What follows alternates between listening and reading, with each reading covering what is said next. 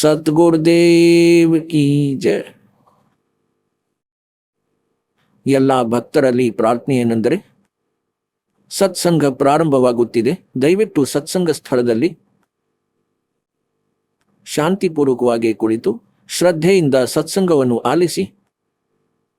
ಪರಮೇಶ್ವರನ ಪ್ರೀತಿ ಆತ್ಮಗಳಲ್ಲಿ ಮತ್ತೊಮ್ಮೆ ವಿನಂತಿಸುವೆ. ಸತ್ಸಂಗ ಪ್ರಾರಂಭವಾಗುತ್ತಿದೆ. ದಯವಿಟ್ಟು ಸತ್ಸಂಗ ಸ್ಥಳದಲ್ಲಿ ಶಾಂತಿಪೂರ್ವಕವಾಗಿ ಕುಳಿತು ಶ್ರದ್ಧೆಯಿಂದ ಸತ್ಸಂಗವನ್ನು ಕೇಳಿದಂತೆ. ಸತ್ ಸೋಹಿ.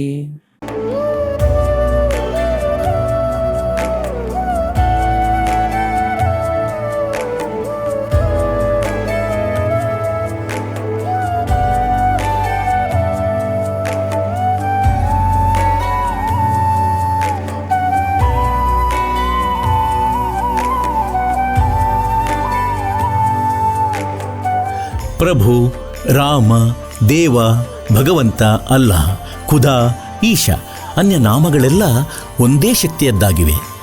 ಅವರು ಯಾರು, ಎಲ್ಲಿದ್ದಾರೆ, ಹೇಗೆ ಸಿಗುತ್ತಾರೆ, ಯಾರು ನೋಡಿದ್ದಾರೆ? ಈ ಪ್ರಶ್ನಾರ್ಥಕ ಚಿಹ್ನೆಗಳನ್ನು ಪೂರ್ಣವಾಗಿ ಅಳಿಸಿ ಹಾಕಲು ಅವಶ್ಯವಾಗಿ ಕೇಳಿ.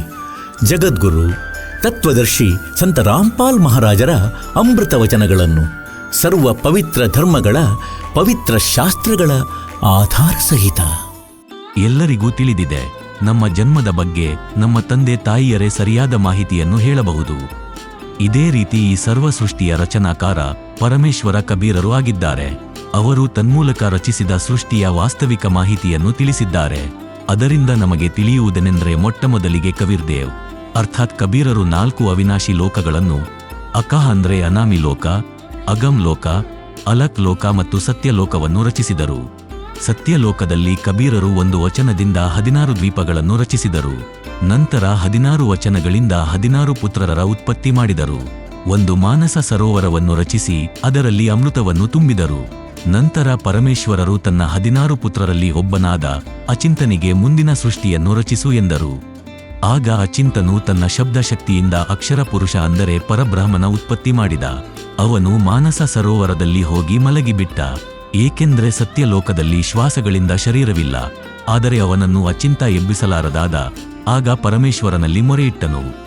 ಪರಮೇಶ್ವರನು ತನ್ನ ವಚನ ಶಕ್ತಿಯಿಂದ 1 ಮೊಟ್ಟೆಯನ್ನು ಮಾಡಿ ಅದರಲ್ಲಿ 1 ಆತ್ಮವನ್ನು ಪ್ರವೇಶಿಸಿ ಆ ಮೊಟ್ಟೆಯನ್ನು ನೀರಿನಲ್ಲಿ ಬಿಟ್ಟರು. ಅದರ ಗಡ ಗಡ ಶಬ್ದದಿಂದ ಅಕ್ಷರ ಪುರುಷನ ನಿದ್ರೆ ಭಂಗವಾಯಿತು. ಅಕ್ಷರ ಪುರುಷನು ಕೋಪದಿಂದ ಆ ಮೊಟ್ಟೆಯನ್ನು ನೋಡಿದಾಗ ಆ ಮೊಟ್ಟೆ ಒಡೆದು ಹೋಯಿತು. ಅದರಿಂದ ಕ್ಷರಪುರುಷ, ಜ್ಯೋತಿ ನಿರಂಜನ್, ಕಾಲಬ್ರಹ್ಮ ಹೊರ ಬಂದನು.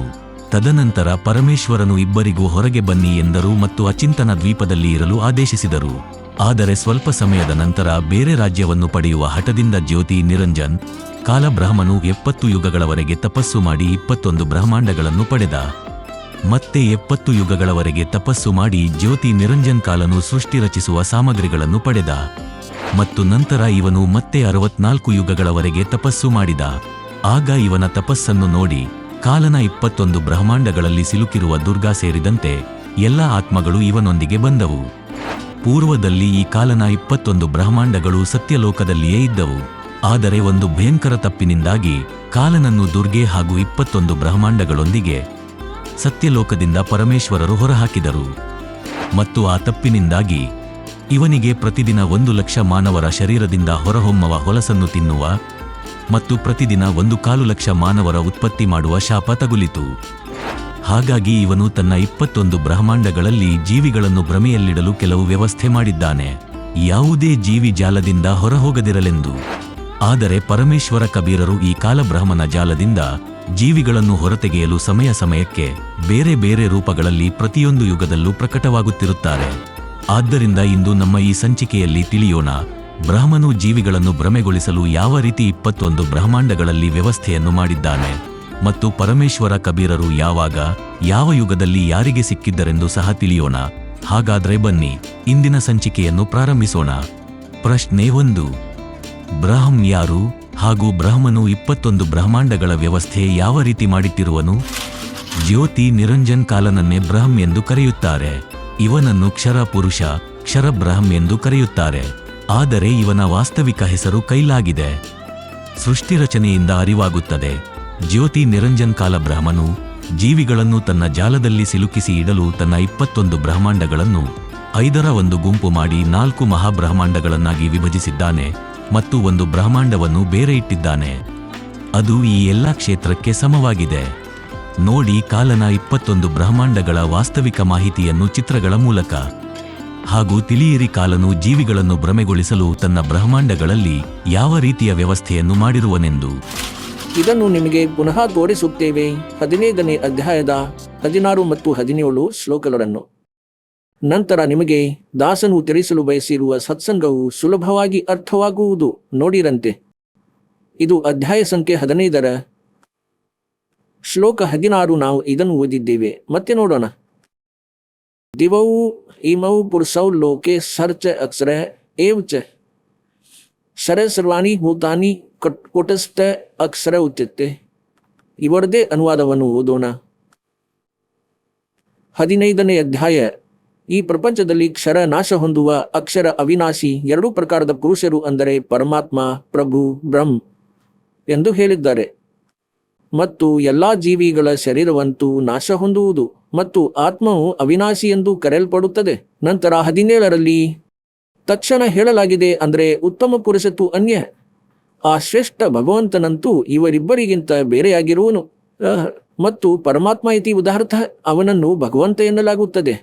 ಯೇ ಲೋಕರಮಾವಿಸೆ ಬರ್ತಿ, ಅವನು 3 ಲೋಕಗಳಲ್ಲಿ ಪ್ರವೇಶಿಸಿ ಎಲ್ಲರ ಪಾಲನೆ ಪೋಷಣೆ ಮಾಡುತ್ತಾನೆ. ಅವನು ಅವಿನಾಶಿ ಪರಮಾತ್ಮನು. ಇವರದೇ ಅನುವಾದ. ಉತ್ತಮ ಪುರುಷ ಶ್ರೇಷ್ಠ ಭಗವಂತನಂತೂ ಇವರಿಬ್ಬರಿಗಿಂತ ಅನ್ಯನು. ಅವನೇ 3 ಲೋಕಗಳಲ್ಲಿ ಪ್ರವೇಶಿಸಿ ಎಲ್ಲರ ಧಾರಣೆ ಪೋಷಣೆಯನ್ನು ಮಾಡುತ್ತಾನೆ. ಅವಿನಾಶಿ ಪರಮಾತ್ಮನೆಂದು ಈ ಪ್ರಕಾರ ಹೇಳಲಾಗಿದೆ. ಈಗ ಇದಾಗಿದೆ ಆ ಬೇರು. ಪ್ರಪಂಚರೂಪಿ ವೃಕ್ಷದ್ದು ಪೋಷಣೆ ಎಲ್ಲಿಂದಾಗುತ್ತದೆ? ಯಾರಿಂದ ಆಹಾರ ಸಿಗುತ್ತದೆ? ಯಾರು ಪಾಲನೆ ಮಾಡುತ್ತಾರೆ? ಪ್ರಪಂಚರೂಪಿ ವೃಕ್ಷದ ಮೂಲವೇನಿದೆ?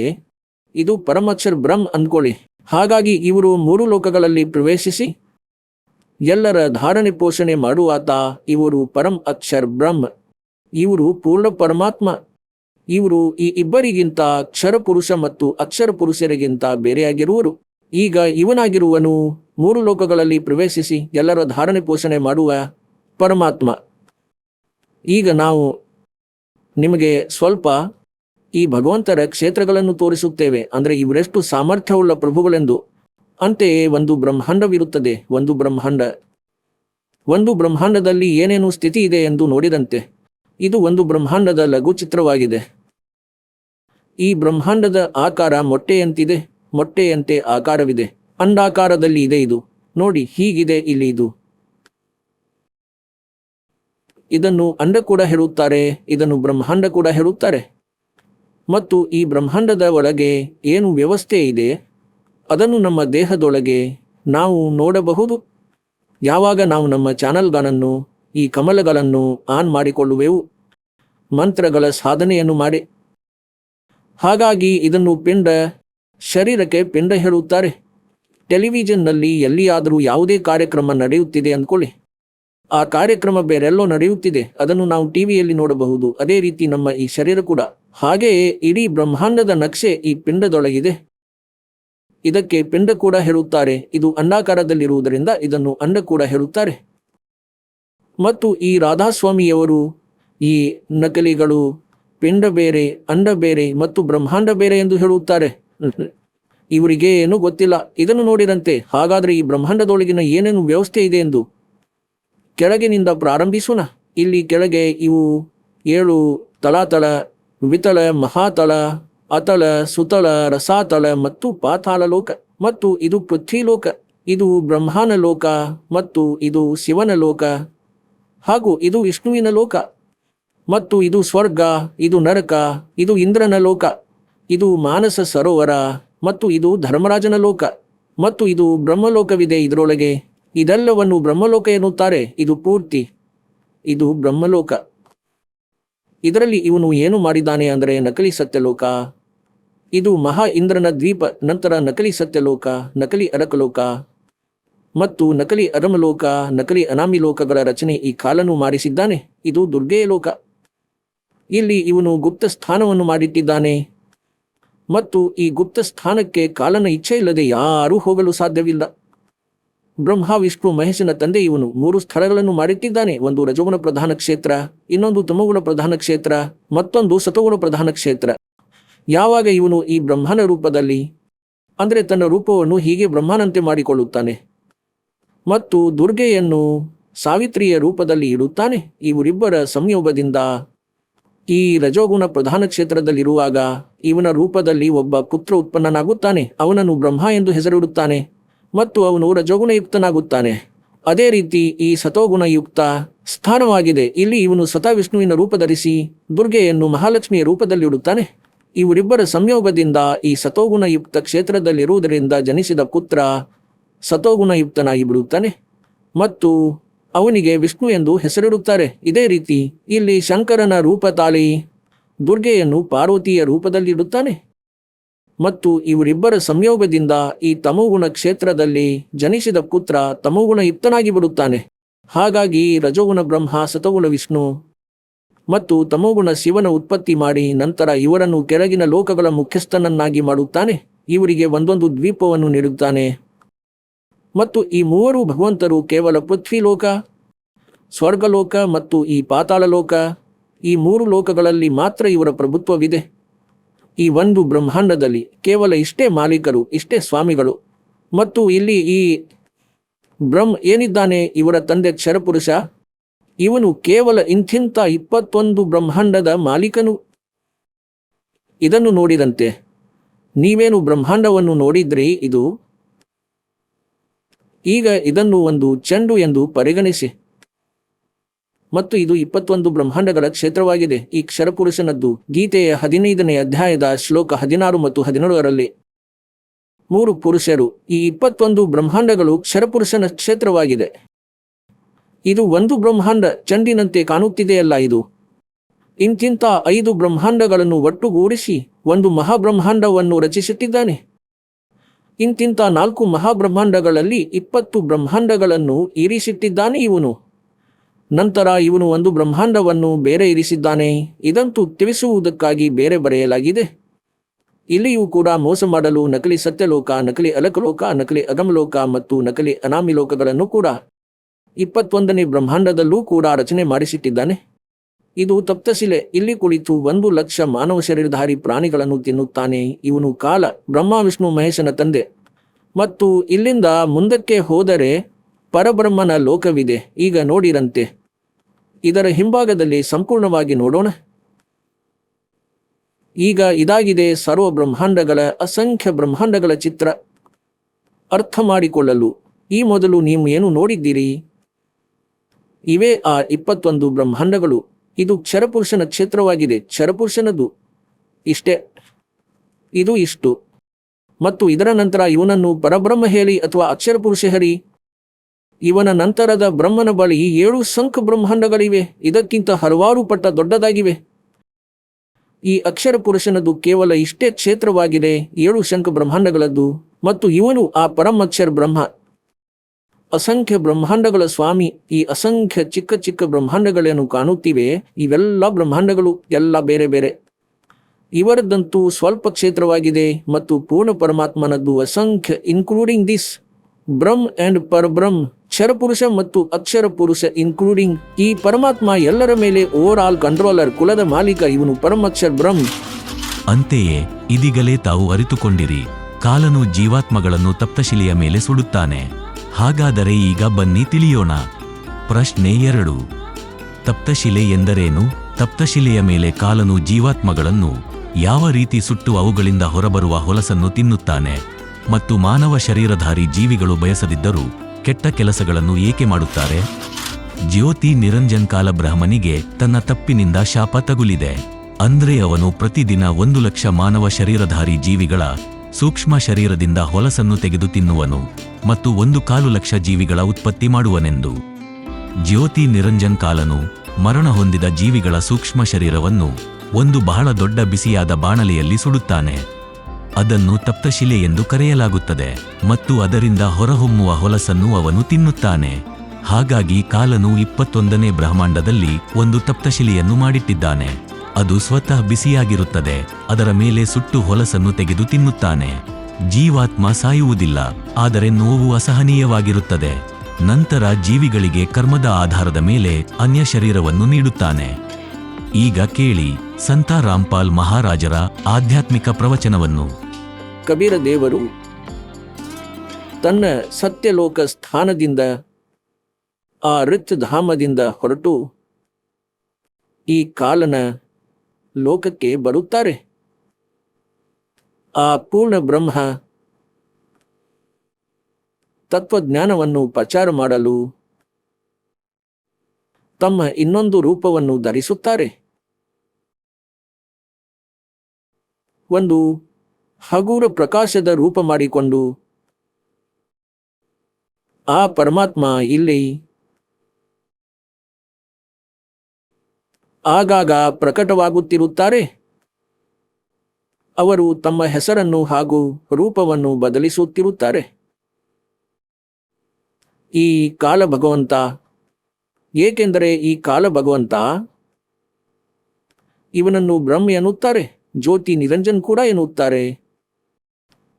ಇವನು ಬ್ರಹ್ಮ ವಿಷ್ಣು ಮಹೇಶರ ಪೂಜ್ಯ ತಂದೆಯಾಗಿದ್ದಾನೆ.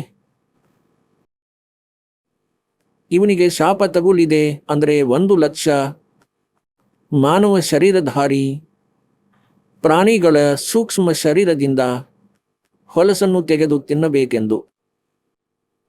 ನಮ್ಮದು ಈ ಮೇಲಿನ ಶರೀರವೇನಿದೆ, ಇದನ್ನಂತೂ ಬಾದಾಮಿಯ ಮೇಲಿನ ಸಿಪ್ಪೆಯಂತೆ ಭಾವಿಸಿ, ಮತ್ತು ಒಳಗೆ ಒಂದು ಸೂಕ್ಷ್ಮ ಶರೀರವಿದೆ, ಅದನ್ನು ಬೀಜವೆಂದು ಭಾವಿಸಿ.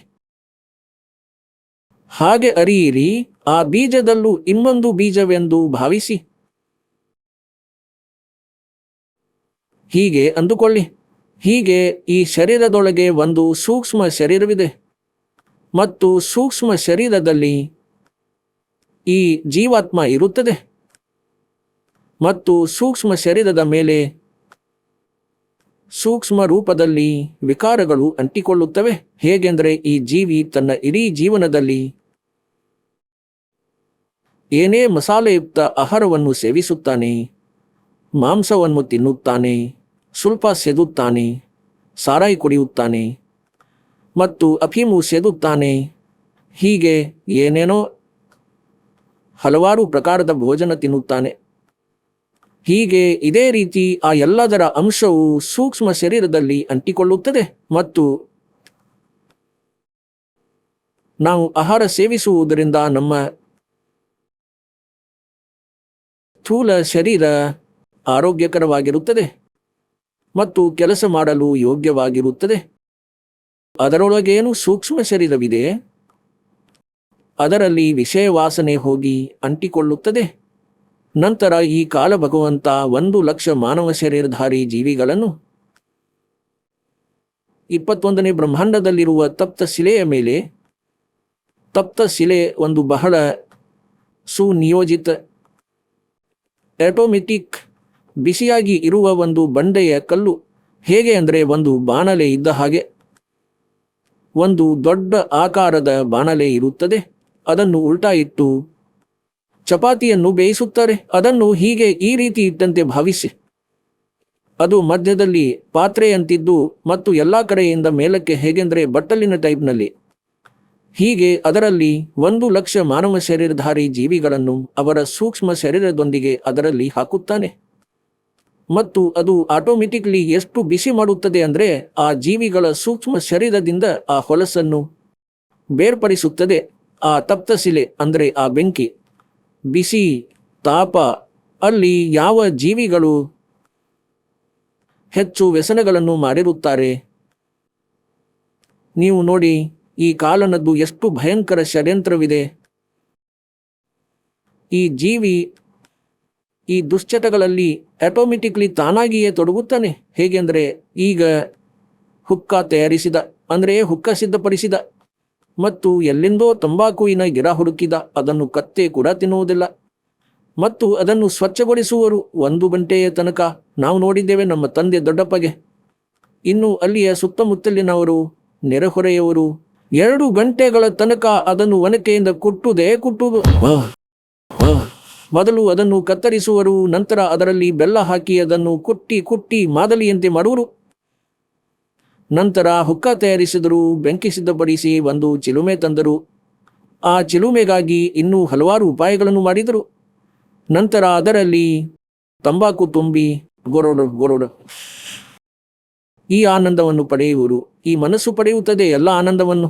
ಹೀಗೆ ಯಾರು ಎಷ್ಟು ಅಧಿಕ ತಂಬಾಕು ಪ್ರಯೋಗಿಸಿರಲಿ, ಅಥವಾ ಮಾಂಸ ಸೇವಿಸಿರಲಿ, ಅಥವಾ ಸಾರಾಯಿ ಕುಡಿದಿರಲಿ, ಅವನ ಸೂಕ್ಷ್ಮ ಶರೀರದಲ್ಲಿ ಅಷ್ಟೇ ಅಧಿಕ ಹೊಲಸು ಡಿಪಾಸಿಟ್ ಆಗುತ್ತದೆ.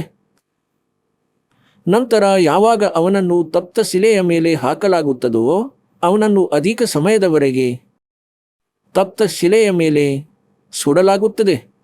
ಏಕೆಂದರೆ ಕಾಲನಿಗೆ ಬೇಕಾದ ಹೊಲಸು ಅವನಲ್ಲಿ ಅಧಿಕವಿದೆ. ಹಾಗಾಗಿ ತುಂಬ ಸಮಯದವರೆಗೆ ಅಲ್ಲಿ ಕಷ್ಟ ಕೊಡಲಾಗುತ್ತದೆ. ಕೆಟ್ಟ ರೀತಿಯಲ್ಲಿ ಪೂರ್ತಿ ಹೊಲಸು ಹೊರಬಂದ ಮೇಲೆ ಅವನನ್ನು ಕಾಲನು ಇಂತಹ ವ್ಯವಸ್ಥೆಯನ್ನು ಮಾಡಿಟ್ಟಿದ್ದಾನೆ. ಆ ಜೀವಿ ಅದರ ಎಲ್ಲ ಹೊಲಸು ಹೊರಬಂದಾಗ ಮಾತ್ರ ಅಲ್ಲಿಂದ ಬಿಡುಗಡೆಯಾಗುವನು. ಮತ್ತು ಯಾರು ಸ್ವಾಭಾವಿಕವಾಗಿ ವ್ಯಸನಗಳನ್ನು ಕಡಿಮೆ ಮಾಡಿದ್ದಾರೆ ಅವರು ತಪ್ತ ಶಿಲೆಯಿಂದ ಬೇಗನೆ ಹೊರಬರುತ್ತಾರೆ.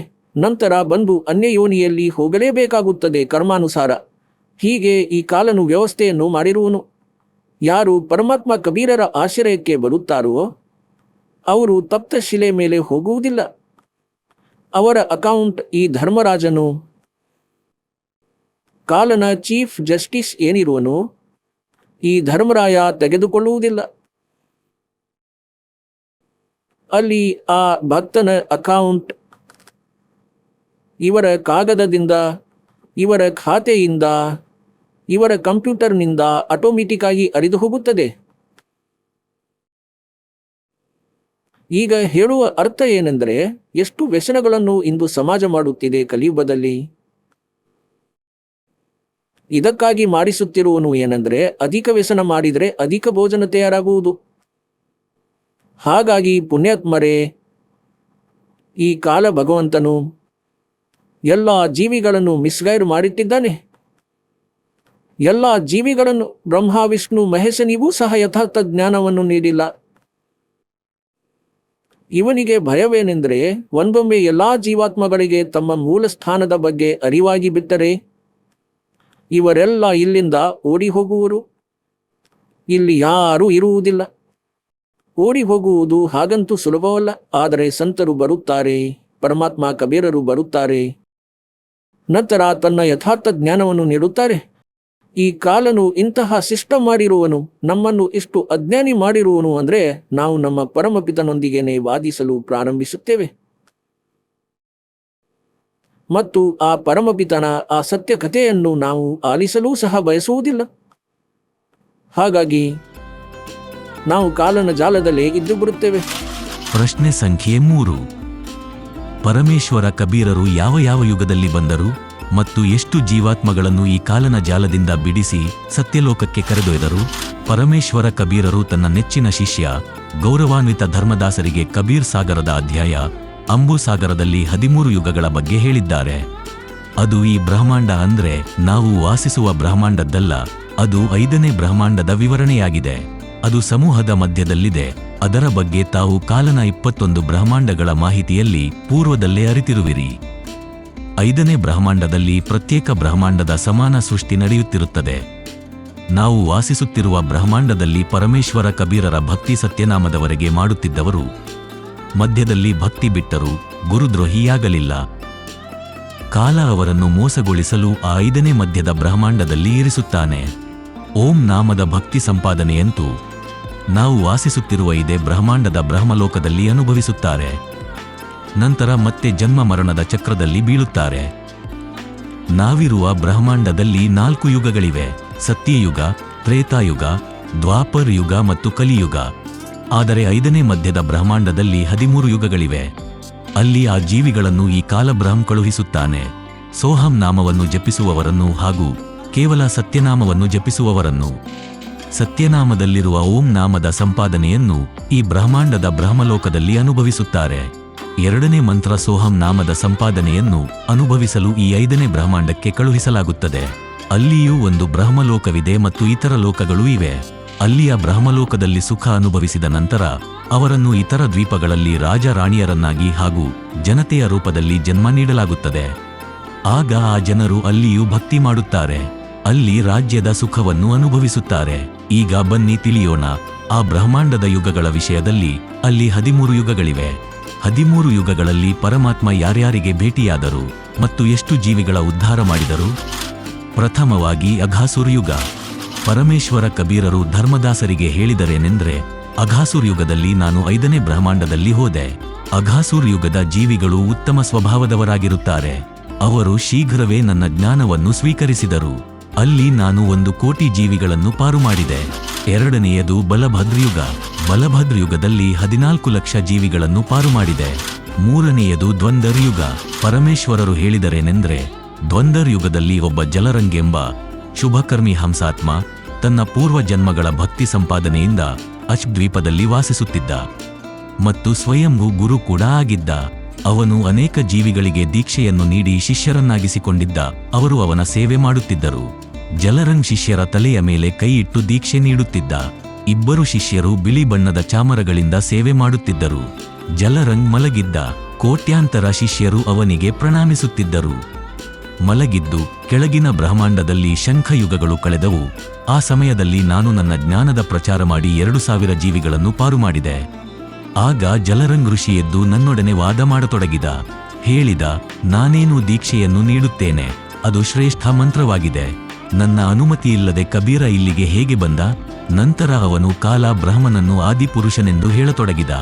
ಹೇಳಿದ, ಅವನಿಗೆ ಯಾವ ಸ್ವರೂಪವಿಲ್ಲ, ಅವನು ಮಣಿಪುರ ಲೋಕದಲ್ಲಿರುತ್ತಾನೆ ಮತ್ತು ಅನೇಕ ಸುಳ್ಳು ಗುರುತುಗಳನ್ನು ಹೇಳಿದ. ನಾನು ಅಲ್ಲಿಂದ ಹೊರಟೆ. ನಂತರ ಪರಮೇಶ್ವರರು ಹೇಳಿದರೇನೆಂದ್ರೆ, ಈ ಜಲರಂಗನಿಗೆ ನಾನು ಪೂರ್ವನ್ಯುಗದಲ್ಲಿ ತಿಳಿಸಿದೆ. 4ನೆಯದು ಪೂರ್ವನ್ಯುಗ. ಪರಮೇಶ್ವರ ಕಬೀರರು ಹೇಳಿದರು, ಹೇ ಧರ್ಮದಾಸ, ನಾನು ಪೂರ್ವನ್ಯುಗದಲ್ಲಿ ಅದೇ ಬ್ರಹ್ಮಾಂಡಕ್ಕೆ ಹಿಂತಿರುಗಿದೆ. ಜಲರಂಗ್ ಮಲಗಿದ್ದ. ಆ ಸಮಯದಲ್ಲಿ 7 ಲಕ್ಷ ಹಂಸಾತ್ಮಗಳಿಗೆ ದೀಕ್ಷೆ ನೀಡಿದೆ. ಅವರಲ್ಲಿ 25 ಜನರು ನಾಮಖಂಡ್ ಮಾಡಿಕೊಂಡರು. ಅವರಂತೂ ಕಾಲನ ಜಾಲದಲ್ಲಿ ಉಳಿದರು. ಶೇಷ ಜೀವಿಗಳು 6,99,975 ಸತ್ಯಲೋಕಕ್ಕೆ ಹೋದರು. ಇದರ ನಂತರ ನಾನು ಅದೇ ದ್ವೀಪಕ್ಕೆ ಹೋದೆ, ಜಲರಂಗಿರುವಲ್ಲಿ. ನನ್ನನ್ನು ನೋಡಿ ಜಲರಂಗ್ ಹೇಳಿದ, ನಾನಂತೂ ನಿದ್ರೆಯಲ್ಲಿ ಆಲಸ್ಯವಶನಾಗಿದ್ದೆ. ನೀನು ಹಿಂದಿನಿಂದ ಜೀವಿಗಳನ್ನು ಕರೆದೊಯ್ದೆ. ನನಗೆ ಸತ್ಯಪುರುಷನು ನಾಮದೀಕ್ಷೆ ನೀಡಲು ಆದೇಶಿಸಿರುವನು. ನೀನು ನನ್ನ ಅನುಮತಿ ಪಡೆಯದೆ ಜೀವಿಗಳನ್ನು ಹೇಗೆ ಕರೆದೊಯ್ದೆ? ಆಗ ಪರಮೇಶ್ವರರು ಹೇಳಿದರು ಏನೆಂದರೆ, ಹೇ ಜಲರಂಗ್, ನಾನಂತೂ ಪ್ರತಿ ಯುಗದಲ್ಲೂ ಬರುತ್ತೇನೆ. ನಾನು ಅಮರ, ನೀನಂತೂ ನಾಶ ಹೊಂದುವೆ. ಒಂದು ಸಮಯ ನನಗೆ ಒಂದು ಕುಷ್ಟಂ ಪಕ್ಷಿ ಭೇಟಿಯಾಯಿತು.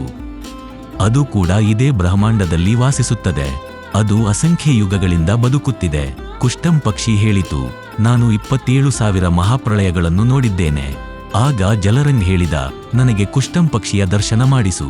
ಆಗ ನಾನು ಮತ್ತು ಜಲರಂಗ್ ಕುಷ್ಟಂ ಪಕ್ಷಿಯ ಲೋಕಕ್ಕೆ ಹೋದೆವು. ನಮ್ಮೊಂದಿಗೆ ಕೋಟ್ಯಾಂತರ ಜಲರಂಗನ ಶಿಷ್ಯರು ಸಹ ಬಂದರು. ಜಲರಂಗನು ಕುಷ್ಟಂ ಪಕ್ಷಿಯ ಎದುರು ತನ್ನ ಸಂದೇಹ ವ್ಯಕ್ತಪಡಿಸಿ ಸಮಾಧಾನ ಕೇಳಿದ. ಕುಷ್ಟಂ ಪಕ್ಷಿ ಹೇಳಿತು ಏನಂದ್ರೆ, ನಾನು ಕಬೀರ ಪುರುಷನ ಶಿಷ್ಯನೆಂದು. ಮಹಾಪ್ರಳಯವಾದಾಗ ಎಲ್ಲಾ ಲೋಕಗಳು ನೀರಿನಲ್ಲಿ ಮುಳುಗುತ್ತವೆ. ಆಗ ನಾನು ನೀರಿನ ಮೇಲಿನ ನೊರೆಯಂತೆ ಇರುತ್ತೇನೆ. ಇದನ್ನು ಕೇಳಿ ಜಲರಂಗ್ ಆಶ್ಚರ್ಯಗೊಂಡ ಮತ್ತು ನಾಚಿಕೆಯಿಂದ ತಲೆ ತಗ್ಗಿಸಿದ. ಅವನ ಅಭಿಮಾನ ನಾಶವಾಯಿತು. ಆಗ ಜಲರಂಗ್ ಕಬೀರ ಪರಮೇಶ್ವರನ ಸ್ತುತಿ ಮಾಡಿದ. ನಾನಂತೂ ದೊಡ್ಡ ಭ್ರಮೆಯಲ್ಲಿದ್ದೆ, ಪರಮಾತ್ಮನಂತೂ ಕಬೀರರೇ ಆಗಿದ್ದಾರೆ. ಇದನ್ನು ಕೇಳಿ ನಮ್ಮೊಂದಿಗೆ ಬಂದಂತಹ ಅನ್ಯ ಜೀವಿಗಳಿಗೂ ಮತ್ತು ಆ ಕುಷ್ಟಂ ಪಕ್ಷಿಯ ದ್ವೀಪದ ಜೀವಿಗಳಿಗೂ ಸಹ ನಂಬಿಕೆ ಬಂತು. ಈ ರೀತಿ ಜಲರಂಗಿ ಹಾಗೂ ಅನ್ಯ ಜೀವಿಗಳು ದೀಕ್ಷೆಯನ್ನು ಪಡೆದು ತಮ್ಮ ಉದ್ಧಾರ ಮಾಡಿಕೊಂಡರು. 5ನೆಯದು ಹನುಮಾನ್ ಯುಗ. ಕಬೀರ್ ಸಾಗರದ ಅಧ್ಯಾಯ ಅಂಬು ಸಾಗರದ ಪುಟ 15ರಲ್ಲಿ ಕಬೀರ್ ಪರಮೇಶ್ವರರು ಧರ್ಮದಾಸರಿಗೆ ಹೇಳಿದ್ದಾರೇನೆಂದ್ರೆ, ನಿನಗೆ ಕಾಲನ ಷಡ್ಯಂತ್ರದ ಬಗ್ಗೆ ಹೇಳುತ್ತೇನೆ. ಹನುಮಾನ್ ಯುಗದಲ್ಲಿ ದುರ್ಗಾದೇವಿ ತನ್ನ ಪುತ್ರಿಯರೊಡನೆ ಗುಪ್ತ ದ್ವೀಪದಲ್ಲಿ ವಾಸಿಸುತ್ತಿದ್ದಳು. ಕಾಲನು ತನ್ನ ಪುತ್ರ ಬ್ರಹ್ಮನಿಗೆ 4 ವೇದಗಳನ್ನು ಕೊಟ್ಟನು. ಅವುಗಳನ್ನು ಓದಿದ ನಂತರ ಬ್ರಹ್ಮನು ತನ್ನ ಅನುಭವದಿಂದ ಪುರಾಣದ ಜ್ಞಾನವನ್ನು ತನ್ನ ವಂಶಜರಾದ ಋಷಿಗಳಿಗೆ ಹೇಳಿದ. ಅವರು ಆ ಪುರಾಣ ಜ್ಞಾನದಲ್ಲಿ ತಮ್ಮ ತಮ್ಮ ಅನುಭವಗಳನ್ನು ಒಟ್ಟುಗೂಡಿಸಿ 18 ಭಾಗಗಳನ್ನಾಗಿ ಮಾಡಿಬಿಟ್ಟರು ಮತ್ತು ಪ್ರತಿಯೊಬ್ಬರೂ ಜ್ಞಾನವನ್ನು ಅಜ್ಞಾನವನ್ನಾಗಿ ಮಾಡಿ ಪ್ರಪಂಚದಲ್ಲಿ ಹರಡಿಸಿದರು. ಅದೇ ಬ್ರಹ್ಮ ಮೊದಲು ಋಷಿ ರೂಪದಲ್ಲಿ ಭೂಮಿಗೆ ಬಂದನು. ತನ್ನ ಅನುಭವದ ಕತೆ ಹೇಳಿ ಬ್ರಾಹ್ಮಣ ಪೂಜೆಯನ್ನು ಪ್ರಾರಂಭಿಸಿ ಹೋದ. ಕರ್ಮಕಾಂಡದ ಜಾಲವನ್ನು ಬೀಸಿ ಹೋದ. ನಂತರ ವಿಷ್ಣು ಭೂಮಿಗೆ ಬಂದ. ಅವನು ತುಳಸಿ ಮರದ ಜಪಮಾಲೆ, ಜತಿ ಸತಿ ತ್ಯಾಗಿ ಸನ್ಯಾಸಿ ಪಂಥವನ್ನು ನಡೆಸಿದ. ವಿಷ್ಣುವನ್ನು ಸ್ಮರಿಸಿ ವಿಷ್ಣು ಅವಿನಾಶಿ ಎಂದು ತಿಳಿಸಿದ. ನಂತರ ಶಿವ ಪೃಥ್ವಿ ಮೇಲೆ ಬಂದು ಭಿಕ್ಷುಕ ಪಂಥವನ್ನು ಪ್ರಾರಂಭಿಸಿದ. ಗಿರಿ, ಪುರಿ, ನಾಥ್, ನಾಗ ಹಾಗೂ ಶಂಕರಾಚಾರ್ಯರು ಮುಂತಾದವರು ಶಿವನ ಪೂಜಾರಿಗಳು. ಇಡೀ ಜಗತ್ತು ಇವರ ಪೂಜೆ ಮಾಡಲಾರಂಭಿಸಿತು. ಆ ಸಮಯ ದುರ್ಗೆಯನ್ನು ಯಾರೂ ಪೂಜಿಸುತ್ತಿರಲಿಲ್ಲ. ಆಗ ದುರ್ಗೆ ನೋಡಿದಳು, ಈ 3 ಪುತ್ರರು ನನ್ನ ಗುರುತನ್ನೇ ಅಳಿಸಿಬಿಟ್ಟರು. ಆಗ ಅವಳು 3 ಪುತ್ರಿಯರನ್ನು ಉತ್ಪನ್ನ ಮಾಡಿದಳು. ಅವರ ಹೆಸರು ರಂಭ, ಸುಚಿ, ರೇಣುಕಾ ಎಂದಿಟ್ಟಳು. ಅವರು 64 ರಾಗಿಣಿ ಮತ್ತು ರಾಗಗಳನ್ನು ಹಾಡಿದರು. ಸುರನರ್, ಮುನಿಗಳನ್ನು ಮೋಹಿತಗೊಳಿಸಿದರು. ನಂತರ 72 ಕೋಟಿ ಊರ್ವಶಿಯರನ್ನು ಉತ್ಪನ್ನ ಮಾಡಿ ಸರ್ವ ದೇವತೆಗಳನ್ನು ಮತ್ತು ಋಷಿಗಳನ್ನು ಸಿಲುಕಿಸಿದ್ದಾರೆ. ಪರಮಾತ್ಮ ಹೇಳಿದರು, ನಾನು ಆ ಹನುಮಾನ್ ಯುಗದಲ್ಲಿ 7000 ಜೀವಿಗಳನ್ನು ಪಾರು ಮಾಡಿದೆ. ಆ ಸಮಯದಲ್ಲಿ ನನ್ನನ್ನು ದೇವಿ ಗುರುತಿಸಲಿಲ್ಲ. 6ನೇಯದು ಧೀರ್ಯಮಾಲ್ ಯುಗ. ಪರಮೇಶ್ವರರು ಹೇಳಿದ್ದಾರೆ, ಧೀರ್ಯಮಾಲ್ ಯುಗದಲ್ಲಿ ನನ್ನ ಯಥಾರ್ಥ ಜ್ಞಾನದಿಂದ ಪ್ರಭಾವಿತರಾಗಿ 1,00,000 ಜೀವಿಗಳು ಮೋಕ್ಷ ಪಡೆದವು. 7ನೇಯದು ತಾರನ್ ಯುಗ. ಕಬೀರ ಪರಮೇಶ್ವರರು ತಿಳಿಸಿದ್ದಾರೆ, ಹೇ ಧರ್ಮದಾಸ, ತಾರನ್ ಯುಗದಲ್ಲಿ ಒಬ್ಬ ಉತ್ತಮ್ ಪಂಥ್ ಹೆಸರಿನ ರಾಜನಿದ್ದನು. ಅವನು ಹಿಂದಿನ ಜನ್ಮದಲ್ಲಿ ನನ್ನ ಶಿಷ್ಯನಾಗಿದ್ದನು. ಕಾರಣಾಂತರಗಳಿಂದ ಕಾಲನ ಬಲೆಯಲ್ಲಿ ಸಿಲುಕಿಕೊಂಡ. ಕಾಲನ ಕೈಗೆ ಸೇರಿದ ವ್ಯಕ್ತಿಯು ಅಧಿಕ ಪಾಪವನ್ನು ಮಾಡುತ್ತಾನೆ. ಆದ್ದರಿಂದ ರಾಜ ಉತ್ತಮ್ ಪಂಥ್ ತುಂಬಾ ಅನ್ಯಾಯಿಯಾಗಿದ್ದ. ಬ್ರಾಹ್ಮಣ, ಋಷಿ, ಸನ್ಯಾಸಿಯರನ್ನು ನೋಡಿ ಕ್ರೋಧಿತನಾಗುತ್ತಿದ್ದ. ಅವರ ವೇದಶಾಸ್ತ್ರ ಹರಿದು ಜನಿವಾರನ್ನು ಕಡಿದು ಬೆಂಕಿಯಲ್ಲಿ ಎಸೆಯುತ್ತಿದ್ದ. ಎಷ್ಟು ಅತ್ಯಾಚಾರ ಮಾಡುತ್ತಿದ್ದ ಅಂದ್ರೆ ಪ್ರಾಣಿ ಪಕ್ಷಿಗಳನ್ನು ಬೇಟೆಯಾಡಿ ಕೊಲ್ಲುತ್ತಿದ್ದ. ಜನರಿಗೆ ಅಧಿಕ ಕಷ್ಟವನ್ನು ನೀಡುತ್ತಿದ್ದ. ನಾನು ಒಂದು ದಿನ ಆ ರಾಜನ ಅರಮನೆಯ ಎದುರಿನ ಆಲದ ಮರದ ಕೆಳಗೆ ಸಂತನ ವೇಷಭೂಷಣದಲ್ಲಿ ಕುಳಿತುಬಿಟ್ಟೆ. ಒಬ್ಬ ಸಗುಣಿಯ ಎಂಬ ದಾಸಿ ಹೇಳಿದಳು, ಏನೆಂದ್ರೆ ರಾಜ ನಿಮ್ಮನ್ನು ಕೊಂದು ಬಿಡುವ. ನೀವು ಇಲ್ಲಿಂದ ಹೋಗಿ. ನಾನು ಎದ್ದು ನದಿಯ ದಡದಲ್ಲಿ ಕುಳಿತುಕೊಂಡೆ. ಮರುದಿನ ರಾಜ ರಾಣಿಯ ಸ್ನಾನಕ್ಕಾಗಿ ಕ್ಷಿತಿಯ ದಾಸಿ ಕೊಡ ಹಿಡಿದು ನೀರು ತರಲು ಹೋದಳು. ಆದರೆ ಕೊಡ ನೀರಿನಿಂದ ಹೊರಗೆ ಬರಲಿಲ್ಲ. ರಾಜ ಮತ್ತು ಪ್ರಜಾ ಎಲ್ಲರೂ ಬಂದರು, ಆದರೆ ಕೊಡ ಹೊರಬರಲಿಲ್ಲ. ನಂತರ ನಾನು ಸುಂದರವಾದ ಗಿಳಿಯ ರೂಪವನ್ನು ಧರಿಸಿದೆ. ನನ್ನನ್ನು ಹಿಡಿಯಲು ಎಲ್ಲಾ ಪ್ರಯತ್ನಗಳನ್ನು ಮಾಡಿದರು, ಆದರೆ ವ್ಯರ್ಥವಾಯಿತು. ಕೊನೆಯಲ್ಲಿ ನಾನೇ ಹೋಗಿ ರಾಜನ ಭುಜದ ಮೇಲೆ ಕುಳಿತುಕೊಂಡೆ. ಅವನು ನನ್ನನ್ನು ಹಿಡಿದು ಚಿನ್ನದ ಪಂಜರದಲ್ಲಿ ಹಾಕಿದನು. ರಾಜ ರಾಣಿ ನನಗೆ ಕಲಿಸತೊಡಗಿದರು, ಏನಂದ್ರೆ ರಾಮ ರಾಮ ಅನ್ನು. ನಾನಂದೆ, ಒಂದು ದಿನ ಎಲ್ಲರೂ ದೂರವಾಗಲೇಬೇಕು. ಮೋಹ ಮತ್ತು ಪ್ರೀತಿ ತ್ಯಜಿಸಿ ಒಂದು ದಿನ ಸಾಯಬೇಕು, ಇದನ್ನು ನೆನಪಿಡು. ರಾಜ ರಾಣಿ ಹೇಳಿದರು, ಈ ಗಿಳಿ ಕಟುವಾಗಿ ಮಾತನಾಡುತ್ತದೆ. ಒಂದು ದಿನ ರಾಜನು ಬೇಟೆಯಾಡಲು ಹೋದನು ಮತ್ತು ಅರಮನೆಯಲ್ಲಿ ಬೆಂಕಿ ಹತ್ತಿಕೊಂಡಿತು. ಎಲ್ಲವೂ ಸುಟ್ಟು ಹೋಯಿತು. ನೋಡಿದರೆ ಗಿಳಿಯ ಪಂಜರ ಮತ್ತು ಗಿಳಿ ಸುರಕ್ಷಿತವಾಗಿದೆ. ರಾಜ ಮತ್ತು ರಾಣಿಗೆ ನನ್ನನ್ನು ಜೀವಂತ ಕಂಡು ಖುಷಿಯಾಯಿತು. ರಾಜ ರಾಣಿಯ ಈ ವರ್ತನೆಯಿಂದ ನಾನು ಪ್ರಸನ್ನನಾದೆ ಮತ್ತು ಅವರಿಗೆ ಹೇಳಿದೆ, ನಾನು ಆಲದ ಮರದ ಕೆಳಗೆ ಕುಳಿತಿದ್ದೆ. ಸಗುಣಿಯ ನನ್ನ ಕಡೆ ಬಂದು ನನಗೆ ನಿಮ್ಮ ಸ್ವಭಾವದ ಬಗ್ಗೆ ಹೇಳಿದಳು. ಅಂದ್ರೆ ರಾಜ ನಿಮ್ಮ ಕುತ್ತಿಗೆಯನ್ನು ಕತ್ತರಿಸಿ ಬಿಡುವನು. ನಂತರ ನಿಮ್ಮ ಸ್ನಾನಕ್ಕೆ ನೀರು ತರಲು ಕ್ಷಿತಿಯ ದಾಸಿ ಬಂದಳು. ಅಲ್ಲಿ ಆ ಕೊಡ ಹೊರಬರಲಿಲ್ಲ. ನೀವು ಕೂಡ ಸಾಕಷ್ಟು ಪ್ರಯತ್ನಿಸಿದ್ರಿ. ನಂತರ ನಾನು ಗಿಣಿಯ ವೇಷ ಧರಿಸಿದೆ. ಈ ಮಾತನ್ನು ಕೇಳಿ ರಾಜ ಹೇಳಿದ, ನೀವಂತೂ ಪರಮೇಶ್ವರರು. ನೀವು ನಿಮ್ಮ ವಾಸ್ತವಿಕ ರೂಪದಲ್ಲಿ ಬಂದು ನಮ್ಮನ್ನು ಕೃತಾರ್ಥಗೊಳಿಸಿ. ಆಗ ನಾನು ಕಬೀರ ರೂಪದಲ್ಲಿ ಪ್ರಕಟಗೊಂಡೆ ಮತ್ತು ರಾಜ ಹಾಗೂ 13 ರಾಣಿಯರು ಮತ್ತು ಅವರ ಪುತ್ರಿಯರು, ಪುತ್ರರು ಹಾಗೂ ಪುತ್ರವಧು ಒಟ್ಟು 31 ಜನ ದೀಕ್ಷೆಯನ್ನು ಪಡೆದರು. 8ನೇಯದು ಅಖಿಲ್ ಯುಗ. ಅಖಿಲ್ ಯುಗದಲ್ಲಿ ಒಬ್ಬ ಧನುಷ್ ಮುನಿ ಎಂಬ ತಪಸ್ವಿ ವಾಸಿಸುತ್ತಿದ್ದ. ಅವನು 13,000 ಯುಗಗಳಿಂದ ತಪಸ್ಸು ಮಾಡುತ್ತಿದ್ದ. ತಲೆ ಕೆಳಗೆ ಅಂದರೆ ಶೀರ್ಷಾಸನದಲ್ಲಿ 5 ಅಗ್ನಿ ಅಂದ್ರೆ ಬೆಂಕಿ ಉರಿಸಿ ತಪಸ್ಸು ಮಾಡುತ್ತಿದ್ದ. ತನ್ನ ಪ್ರಾಣಪುರುಷ ಅಂದರೆ ಆತ್ಮವನ್ನು ತಲೆಯ ಮೇಲಿನ ಭಾಗದಲ್ಲಿ ಸ್ಥಿತಗೊಳಿಸಿದ್ದ. ಕಣ್ಣುಗಳು ಮತ್ತು ದೇಹವು ದುರ್ಬಲವಾಗಿತ್ತು. ಧನುಷ್ ಮುನಿಗೆ ತಿಳಿಸಿದೆ, ತಪದಿಂದ ರಾಜನಾಗುತ್ತಾನೆ ಮತ್ತು ನಂತರ ನರಕದಲ್ಲಿ ಬೀಳುತ್ತಾನೆ. 9ನೇಯದು ವಿಶ್ವಯುಗ. ವಿಶ್ವಯುಗದಲ್ಲಿ ಪರಮೇಶ್ವರರು ವೇಷ ಬದಲಿಸಿ ಸಠಹಾರ್ ಅಂದರೆ ಸಂದೇಶವಾಹಕನ ರೂಪದಲ್ಲಿ ಹೋದರು. ದೇವಿ ಕೇಳಿದಳು, ಹೇ ಸಠಹಾರ್, ನೀವು ಯಾವ ದೇಶದಿಂದ ಬಂದಿದ್ದೀರಿ? ನಿಮ್ಮನ್ನು ಕಳುಹಿಸಿದವರು ಯಾರು? ಸಠಹಾರ್ ರೂಪದಲ್ಲಿ ಪರಮೇಶ್ವರರು ಹೇಳಿದರು, ನಾನು ಸತ್ಯಲೋಕದಿಂದ ಬಂದಿದ್ದೇನೆ. ಸತ್ಯಪುರುಷ ಕಳುಹಿಸಿರುವನು. ನೀನು ಮತ್ತು ನಿರಂಜನ್ ಸೇರಿ ಪರಮೇಶ್ವರನ ಅಂಶ ಜೀವಿಗಳಿಗೆ ಸಾಕಷ್ಟು ತೊಂದರೆ ನೀಡಿರುವಿರಿ. ಅವರನ್ನು ಪಾಪ ಮಾಡಲು ಒತ್ತಾಯಿಸಿದ್ದೀರಿ. ಅವರಲ್ಲಿ ಅಜ್ಞಾನವನ್ನು ತುಂಬಿದ್ದೀರಿ. ನೀವು ಪರಮೇಶ್ವರನ ಕಳ್ಳರು.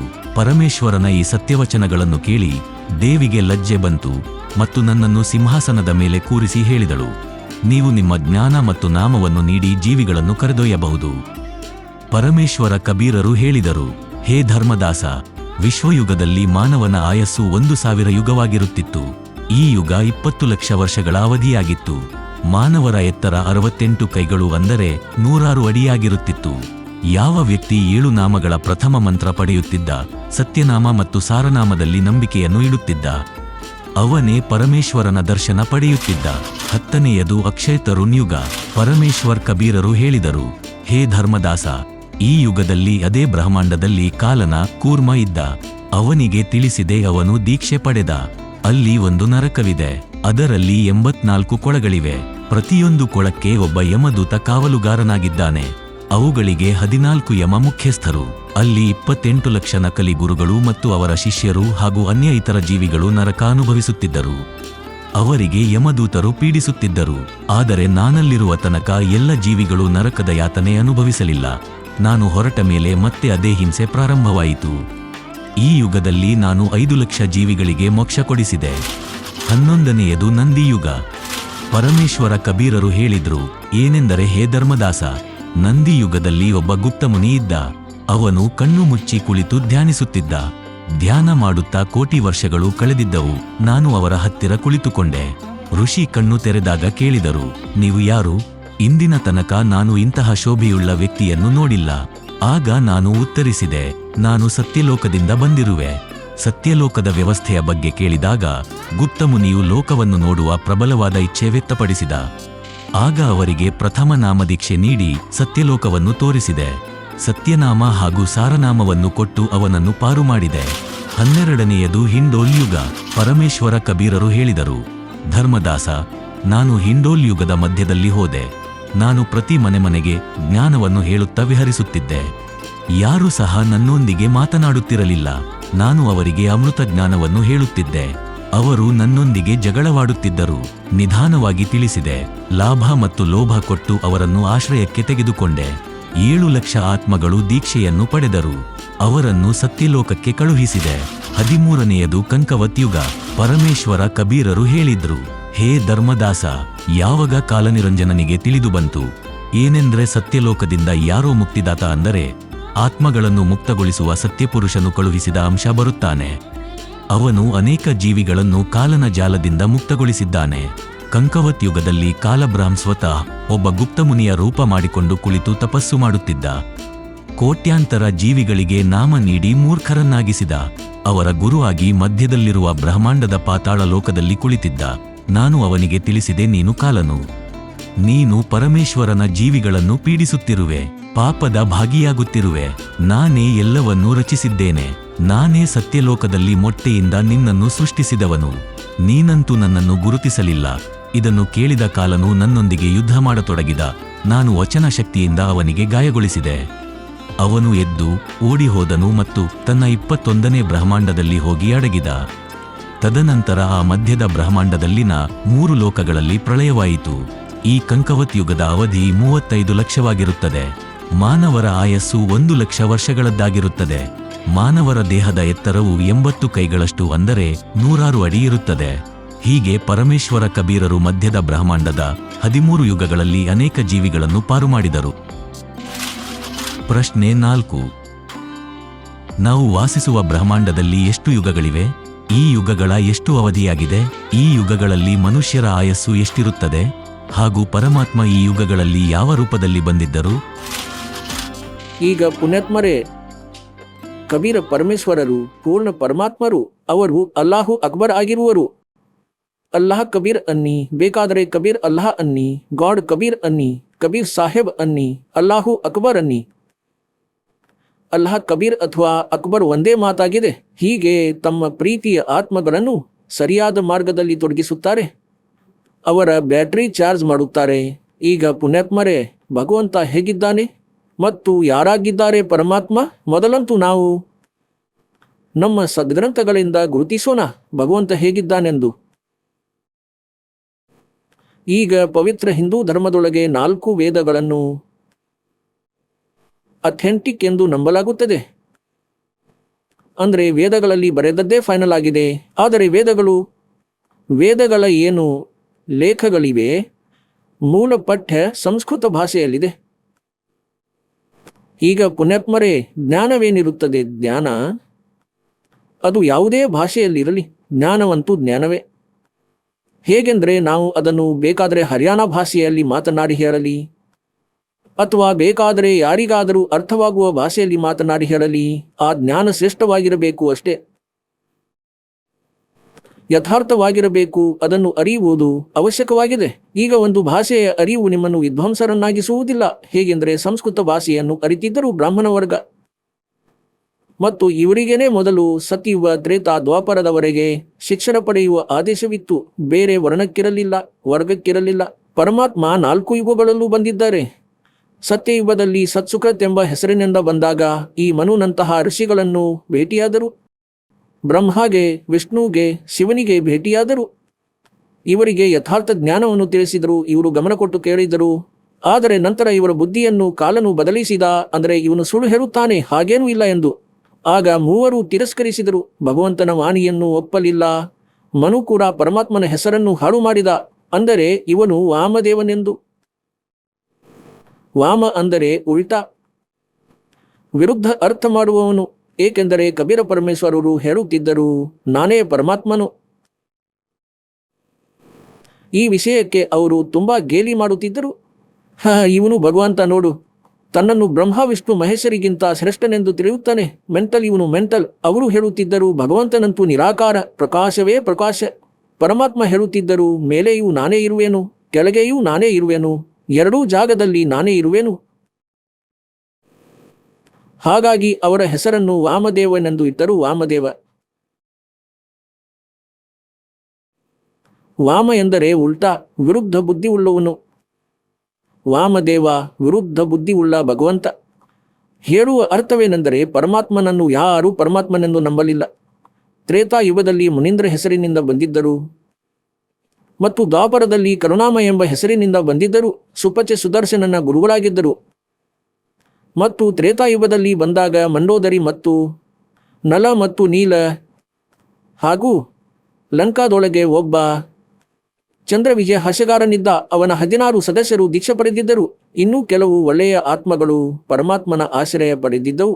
ಈಗ ಕಲಿಯುಗದಲ್ಲಿಯೂ ಆ ಪರಮಾತ್ಮ ಬಂದರು. ತಮ್ಮ ಯಥಾರ್ಥ ಜ್ಞಾನವನ್ನು ತಾವೇ ಹೇಳಬೇಕಾಗುತ್ತದೆ. ಪರಮಾತ್ಮ ಪ್ರತಿ ಯುಗದಲ್ಲಿ ಬರುತ್ತಾರೆ.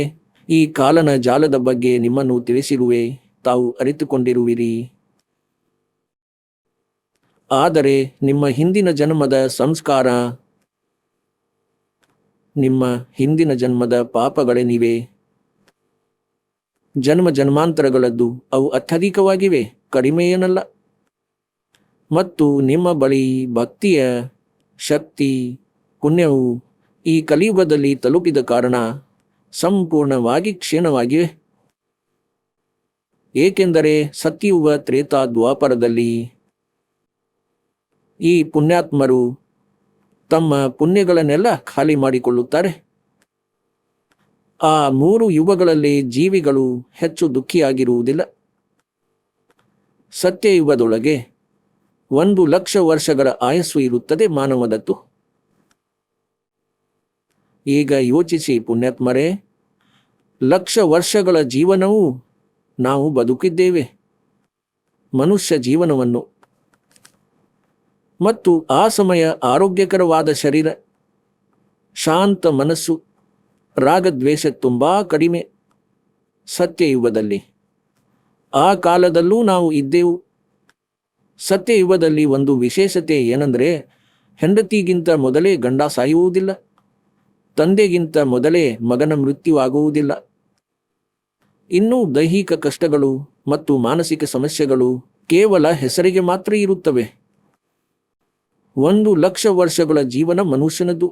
ಈಗಂತೂ ನಾವು 60, 70, 75ಕ್ಕೆ ತಲುಪಿದರೆ ಸಂತೋಷ ಪಡುತ್ತೇವೆ. ಮತ್ತು ತುಂಬಾ ಕಷ್ಟಗಳು ದೇಹಕ್ಕೆ ಬರುತ್ತವೆ. ನಾನಾ ಪ್ರಕಾರದ ರೋಗಗಳು ದೇಹಕ್ಕೆ ಸುತ್ತುವರೆಯುತ್ತವೆ. ಈ ಕಲಿಯುಗದಲ್ಲಿ ಈಗಂತೂ ನಾವು ಯೋಚಿಸುತ್ತೇವೆ, ಹೇ ಪರಮಾತ್ಮ, ಮೃತ್ಯು ಆದರೂ ತೊಂದರೆ ಇಲ್ಲ, ಆದರೆ ಕಷ್ಟವಾಗದಿರಲಿ. ಮೊದಲಂತೂ ಅಂದರೆ ಯುವ ಅವಸ್ಥೆಯಲ್ಲಿರುವಾಗ 50 ವರ್ಷದಲ್ಲಿ ಯೋಚಿಸುತ್ತೇವೆ, ಈಗಲೇ ಸಾಯುವುದಿಲ್ಲ, ಸಾವು ಈಗಲೇ ಇಲ್ಲ ಎಂದು ಯೋಚಿಸುತ್ತೇವೆ. ಮತ್ತು ಈ ಜೀವಿ 70ರ ವಯಸ್ಸು ದಾಟಿದಾಗ ಕಲಿಯುಗದಲ್ಲಿ, ಆಗಂತೂ ಇವನಿಗೆ ಕೆಲವೊಮ್ಮೆ ಮಂಡಿ ನೋವು, ಒಮ್ಮೆ ತಲೆನೋವು, ಮತ್ತೊಮ್ಮೆ ಹಲ್ಲುಗಳು, ದುರ್ಬಲವಾಗುತ್ತವೆ. ಕೆಲವೊಮ್ಮೆ ಬೇರೆ ರೋಗ, ಕಾಲಿನ ನೋವಿನಿಂದ ನಡೆಯಲಾಗುವುದಿಲ್ಲ. ಅನೇಕ ರೀತಿಯ ರೋಗಗಳು ಆವರಿಸುತ್ತವೆ. ಕಣ್ಣುಗಳು ಕಾಣುವುದಿಲ್ಲ. ಶರೀರವು ಕೇವಲ ಅಸ್ಥಿಪಂಜರವಾಗಿ ಉಳಿದು ಬಿಡುತ್ತದೆ. ನಂತರ ತಿಳಿದು ಬರುತ್ತದೆ, ಆ ವ್ಯಕ್ತಿಯು ಇಂತಿಂಥ ರೋಗದಿಂದ ಗ್ರಸ್ತನಾಗಿದ್ದಾನೆ, ವೃದ್ಧಾವಸ್ಥೆಯಲ್ಲಿ ಅನುಭವಿಸುತ್ತಿದ್ದಾನೆ. ಯಾರದೋ ಬಗ್ಗೆ ಕೇಳುತ್ತೇವೆ, ಅವನು ಎಷ್ಟು ದಿನ ಅನುಭವಿಸಿ ನರಳಿ ಹಾಹಾಕಾರವೆಬ್ಬಿಸಿ ಮೃತ್ಯುಗೆ ಪ್ರಾಪ್ತನಾದ. ಇಂದು ಕಲಿಯುಗದಲ್ಲಿ ನಾವು ಯೋಚಿಸುತ್ತೇವೆ, ಹೇ ಪರಮಾತ್ಮ, ಕಷ್ಟವಾಗದೆ ಸಾಯಬೇಕು, ಸಾವಿನ ಕುರಿತು ಯಾವ ಅಭ್ಯಂತರವಿಲ್ಲ, ಬಹಳ ಕಡಿಮೆ, ಈಗಲೇ ಸಾಯಬಾರದೆಂಬ ಆಸೆಯಂತೂ ಇರುತ್ತದೆ. ಬಹುಶಃ ಇನ್ನೂ ಜೀವನವಿರಬಹುದು.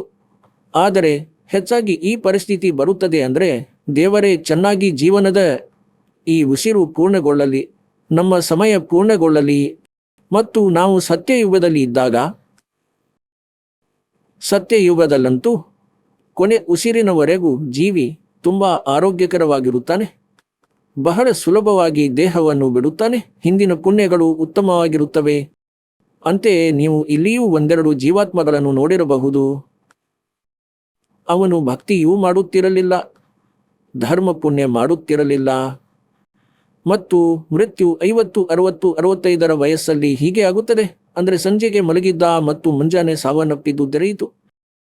ಬಹಳ ಸುಲಭವಾಗಿ, ಯಾವುದೇ ಸಮಸ್ಯೆ ಇಲ್ಲ, ಯಾವುದೇ ನೋವು ರೋಗವಿರಲಿಲ್ಲ, ಹಾಗೆ ಅವನು ಸಾವನ್ನಪ್ಪಿದ್ದ. ಅವನಿಗೆ ಯಾವ ನೋವೂ ಆಗಲಿಲ್ಲ, ಏಕೆಂದರೆ ಅವನ ಹಿಂದಿನ ಪುಣ್ಯಗಳಿದ್ದವು. ಆದರೆ ಈಗ ಅವು ಎಲ್ಲ ಪೂರ್ಣಗೊಂಡವು. ಮುಂದಿನ ಜನ್ಮದಲ್ಲಿ ಅವನು ಯಾವುದೋ ಪ್ರಾಣಿ ಯೋನಿಯಲ್ಲಿ ಹೋಗುವನು.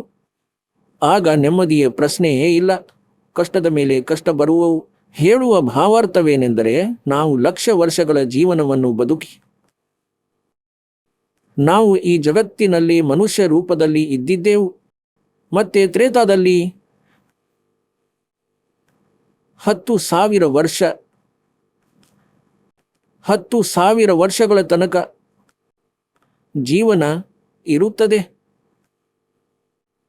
ಮತ್ತು ದ್ವಾಪರದಲ್ಲಿ 1000 ವರ್ಷದಿಂದ ಪ್ರಾರಂಭವಾಗುತ್ತದೆ ಮತ್ತು ಎಂಡ್ ಆಗುತ್ತದೆ. 200, 300, 200 ವರ್ಷ ಜೀವನವಿರುತ್ತದೆ ದ್ವಾಪರದಲ್ಲಿ. ಕಲಿಯುಗದಲ್ಲಿ 200, 300ರಿಂದ ಪ್ರಾರಂಭವಾಗಿ ಮತ್ತು ಕೊನೆಯಲ್ಲಿ 15, 20 ವರ್ಷಗಳ ತನಕ ಇರುತ್ತದೆ. ಕಲಿಯುಗದಲ್ಲಿ 20 ವರ್ಷದ ಆಯಸ್ಸು ಉಳಿಯುತ್ತದೆ ಮನುಷ್ಯನದು. ಘೋರ ಕಲಿಯುಗದಲ್ಲಿ, ಎಂಡ್ ಆಫ್ ದಿ ಕಲಿಯುಗ. ಮತ್ತು 5 ವರ್ಷದ ಹುಡುಗಿಗೆ ಮಕ್ಕಳು ಹುಟ್ಟುವರು ಮತ್ತು 15ನೇ ವಯಸ್ಸಿನಲ್ಲಿ ಎಲ್ಲರೂ ಸಾಯುವರು. ಸರಿಸುಮಾರು ಮೃತ್ಯುವಿಗೆ ಪ್ರಾಪ್ತರಾಗುವರು. ಹೇಗೆ ಇಂದು 75 ವರ್ಷ, 80 ವರ್ಷ ಮನುಷ್ಯ ಕಠಿಣದಿಂದ ಬದುಕುತ್ತಾನೆ,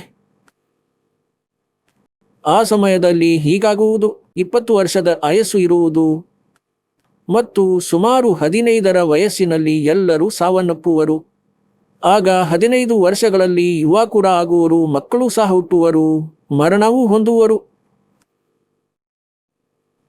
ಆಗ ಆ 15, 20 ವರ್ಷಗಳು ಸಹ ಹೆಚ್ಚು ಕಾಣಿಸುವವು. ಅಂತೆ ಇನ್ನು ನಾವು 100 ವರ್ಷಗಳೆಂದು ಯೋಚಿಸುತ್ತೇವೆ.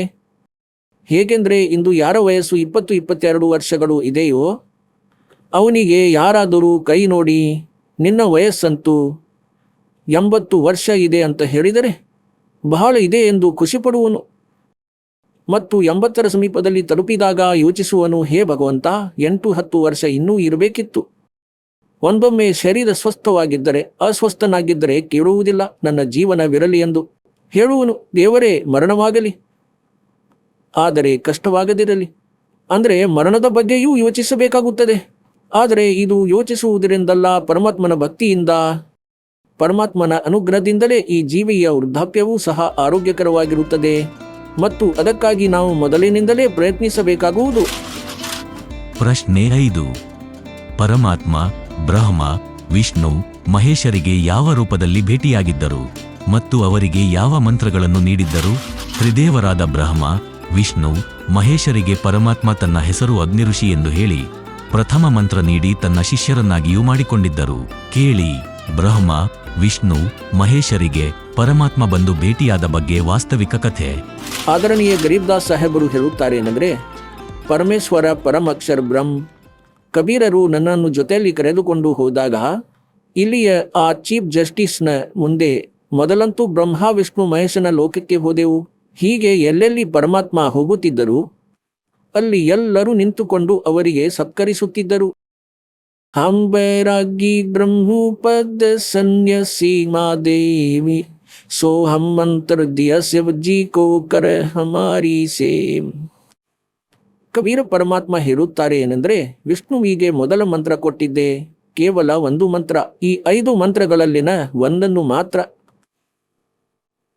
ಹರಿಯಂ ನಾಮ ಕೊಟ್ಟಿದ್ದರು. ಅವರು ಶಿಷ್ಯರಾಗಿದ್ದರು. ಏಕೆಂದರೆ ಎಲ್ಲ ಆತ್ಮಗಳು ಆ ಪರಮಾತ್ಮನದೇ ಆಗಿವೆ.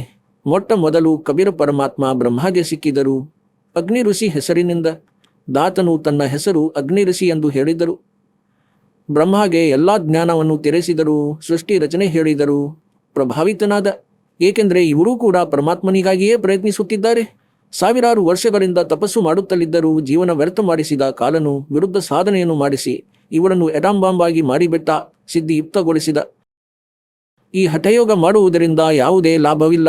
ಕಾಲನದೇ ಪ್ರೇರಣೆ, ಕಾಲನದೇ ವಸ್ತು ಇದರೊಳಗೆ ಸಂಗ್ರಹವಾಗುತ್ತದೆ. ನಾವು ಅದನ್ನು ಮಾಡಬೇಕಾಗಿಲ್ಲ. ಹೀಗೆ ಬ್ರಹ್ಮಗೆ ಪರಮಾತ್ಮ ಸಿಕ್ಕಿ ಇಡೀ ಕಥೆಯನ್ನು ಹೇಳಿದರು. ತುಂಬಾ ಪ್ರಭಾವಿತನಾದ ಮತ್ತು ಹೇಳಿದರು, ಮಗು, ಗುರುವಿನ ಹೊರತು ಮೋಕ್ಷ ಸಾಧ್ಯವಿಲ್ಲ. ಬ್ರಹ್ಮ ದೀಕ್ಷೆ ಪಡೆದರು. ಪರಮಾತ್ಮ ಅವನಿಗೆ ಓಂ ಮಂತ್ರವನ್ನು ಕೊಟ್ಟರು. ಏಕೆಂದರೆ ಅವನು ವೇದಾಧ್ಯಯನ ಮಾಡುತ್ತಿದ್ದ, ಓಂನಿಂದ ಪ್ರಭಾವಿತನಾಗಿದ್ದ. ಮತ್ತು ಪರಮಾತ್ಮ ಬಯಸುತ್ತಿದ್ದರು, ಒಮ್ಮೆ ಇದು ಹೇಗಾದರೂ ಪ್ರಾರಂಭವಾಗಲಿ, ನಂತರ ನಾನು ಇವನಿಗೆ ಸರಿಯಾದ ಮಂತ್ರವನ್ನು ನೀಡುವೆನು, ಇವನ ಮೋಕ್ಷವಾಗುವುದು. ನಂತರ ಬ್ರಹ್ಮ ಎಲ್ಲರಿಗೂ ಹೇಳಿಬಿಡುವನು. ಏಕೆಂದರೆ ಜ್ಞಾನದ ಪ್ರಚಾರ ಇವನೇ ಮಾಡುತ್ತಿರುವನು, ನನ್ನ ಕೆಲಸ ಕಡಿಮೆಯಾಗುವುದು. ತದನಂತರ ವಿಷ್ಣುವಿನ ಹತ್ತಿರ ಹೋದರು. ವಿಷ್ಣು ತುಂಬಾ ಆಸಕ್ತಿಯಿಂದ ಆಲಿಸಿದ ಮತ್ತು ಅವರೂ ಸಹ ಪರಮಾತ್ಮನಿಂದ ದೀಕ್ಷೆ ಪಡೆದರು. ಅವರಿಗೆ ಹರಿಯಂ ನಾಮ ನೀಡಿದರು. ಅವರು ನೋಡಬಯಸುತ್ತಿದ್ದರು ಏನೆಂದರೆ ಇವರು ನನ್ನ ಮಾತನ್ನು ಸ್ವೀಕರಿಸಲಿ ಯಾವುದೇ ರೀತಿಯಲ್ಲಿ. ನಂತರ ಶಿವನ ಹತ್ತಿರ ಹೋದರು. ಭಗವಂತ ಶಿವನು ತುಂಬಾ ಸತ್ಕರಿಸಿದರು ಋಷಿ ರೂಪದಲ್ಲಿದ್ದ ಪರಮಾತ್ಮನನ್ನು ಮತ್ತು ಬಹಳಷ್ಟು ಜ್ಞಾನವನ್ನು ಕೇಳಿ ಎಲ್ಲವನ್ನು ಒಪ್ಪಿಕೊಂಡನು ಮತ್ತು ಅವರಿಗೆ ಸೋಹಂ ಮಂತ್ರವನ್ನು ನೀಡಿದರು. ಕಬೀರ ಸಾಹೇಬರು ಹೇಳುತ್ತಾರೆ, ಸೋಹಂ ಮಂತ್ರ ಹಮ್ ಜಗಮೇ ಲಾಯೆ और सार सबद अलगोब छिपाए. ಈ ಸೋಹಂ ಮಂತ್ರ ಯಾವುದೇ ಗ್ರಂಥಗಳಲ್ಲಿ ಸಿಗುವುದಿಲ್ಲ. ವೇದ, ಗೀತಾ ಮತ್ತು ಪುರಾಣಗಳಲ್ಲಿ ಪರಮಾತ್ಮ ಹೇಳುತ್ತಾರೆ, ಸೋಹಂ ಶಬ್ದ ಹಮ್ ಜಗಮೇ ಲಾಯೆ और ಸಾರ್ ಶಬ್ದ. ಅದನ್ನು ಈಗ ಯಾರಿಗೂ ಹೇಳುವುದಿಲ್ಲ. ಅದನ್ನು ಹೇಳುವ ಸಮಯ ಈಗ ಬಂದಿದೆ. ದಾಸನು ಎಲ್ಲರಿಗೂ ನೀಡಲಾರಂಭಿಸಿದ್ದಾನೆ. ಅರ್ಹರಾಗುತ್ತಿರುವವರಿಗೆ ಸಾರ ಶಬ್ದ ನೀಡಲಾಗುವುದು. ನಂತರ ಏನಾಯಿತು? ಈ ಕಾಲನು ನೋಡಿದ ಏನೆಂದರೆ ಈ ಬ್ರಹ್ಮ ವಿಷ್ಣು ಮಹೇಶರಂತೂ ಏನೇನೋ ಮಾತನಾಡುತ್ತಿದ್ದಾರೆ. ಇವರ ಮನಸ್ಸಲ್ಲಿ ಬೇರೆ ಏನೋ ಯೋಚನೆ ನಡೆಯುತ್ತಿದೆ. ಒಳಗಿನಿಂದ ಇಂತಹ ಭಾವನೆಯನ್ನು ತುಂಬಿ ಆಕಾಶವಾಣಿ ಮಾಡಿದ. ಅಂದರೆ ಇವನು ಸುಳ್ಳು ಹೇಳುತ್ತಾನೆ, ಇವರು ಹೇಳುವುದನ್ನು ವೇದಗಳಲ್ಲಿ ಬರೆಯಲಾಗಿದೆಯೇ? ಆಗ ಬ್ರಹ್ಮ ಜಾಗೃತನಾಗಿ ಹೇಳುತ್ತಾನೆ, ನಿಜವಾಗಿಯೂ ವೇದಗಳಲ್ಲಿ ಭಗವಂತ ಮತ್ತು ಅವನು ಮೇಲಿನಿಂದ ಮಾಡಿದ ಕಾಲನ ಆಕಾಶವಾಣಿಯನ್ನು ಪರಮಾತ್ಮನದ್ದೆಂದು ನಂಬಿದ ಮತ್ತು ಭಗವಂತ ಬಂದಿದ್ದರು ಅವರ ಮಾತನ್ನು ತಿರಸ್ಕರಿಸಿದ. ಹೇಳಿದ, ಹೌದು, ನಿಜವಾಗಿಯೂ ವೇದಗಳಲ್ಲಿ ಹೀಗೇನೂ ಇಲ್ಲ.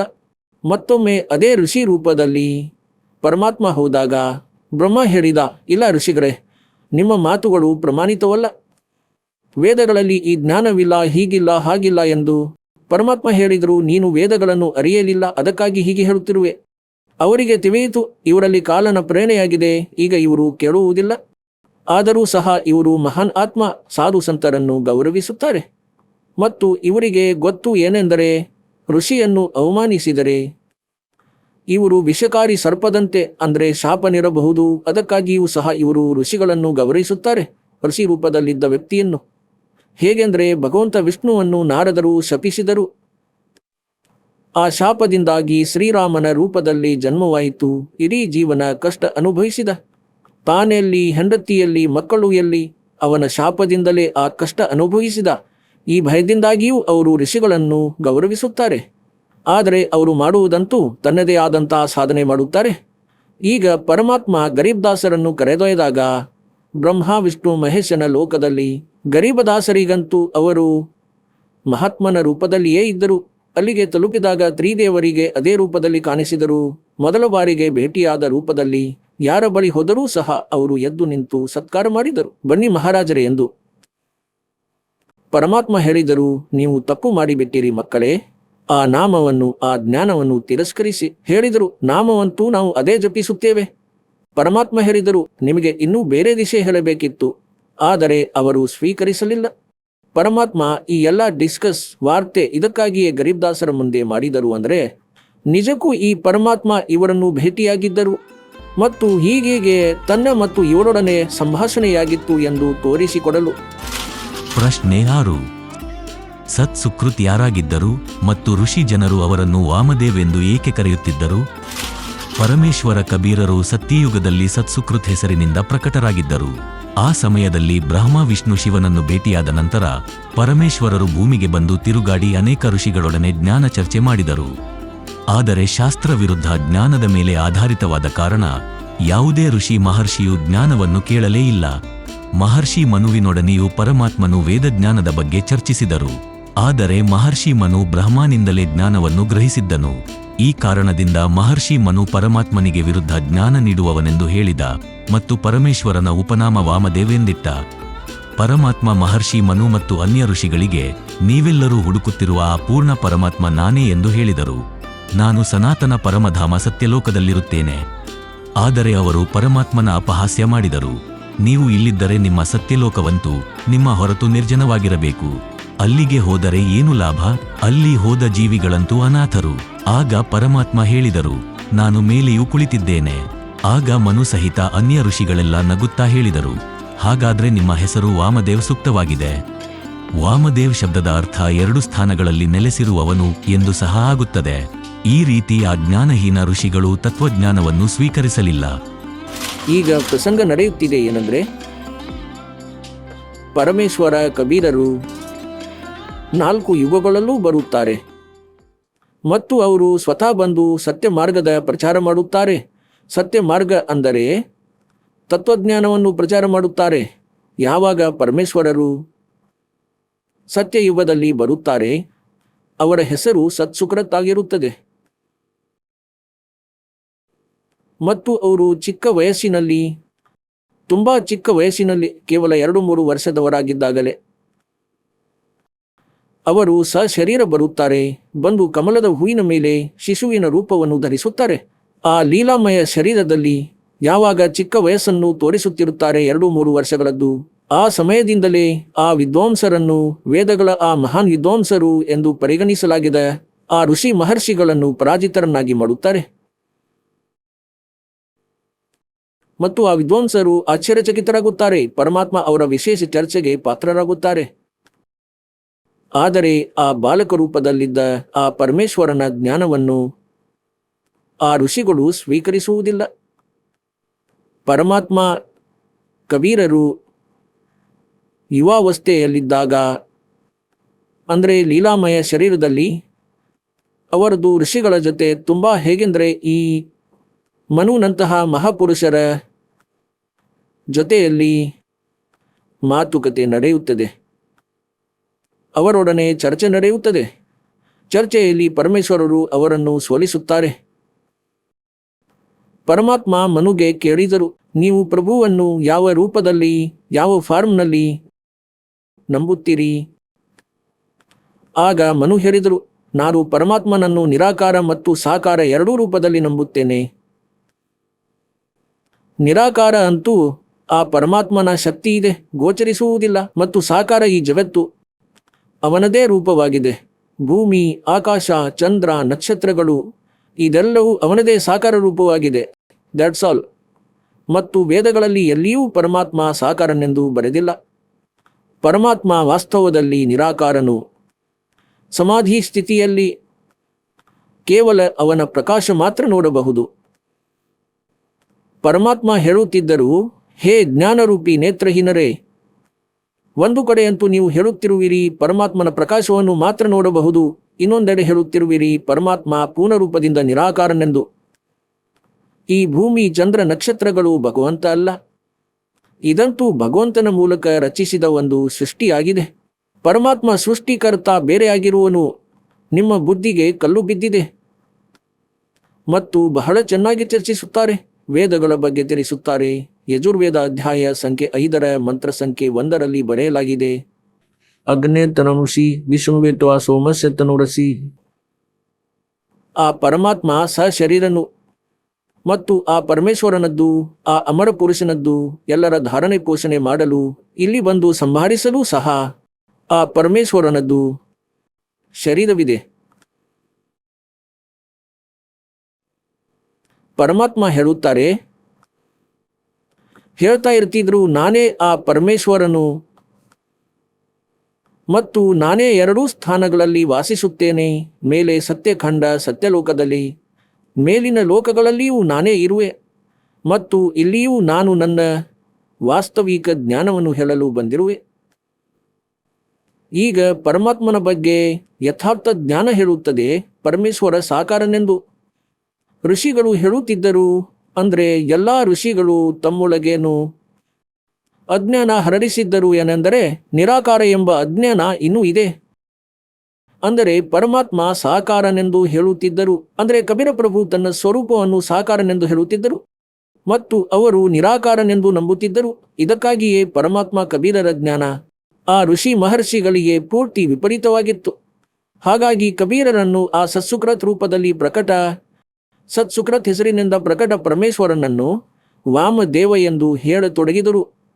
ಅವರಿಗೆ ವ್ಯಂಗ್ಯಾತ್ಮಕ ಹೆಸರು ವಾಮದೇವ ಎಂದಿಟ್ಟರು. ವಾಮ ಪದದ ಅರ್ಥ ವಿರುದ್ಧ ಜ್ಞಾನ ನೀಡುವವನು.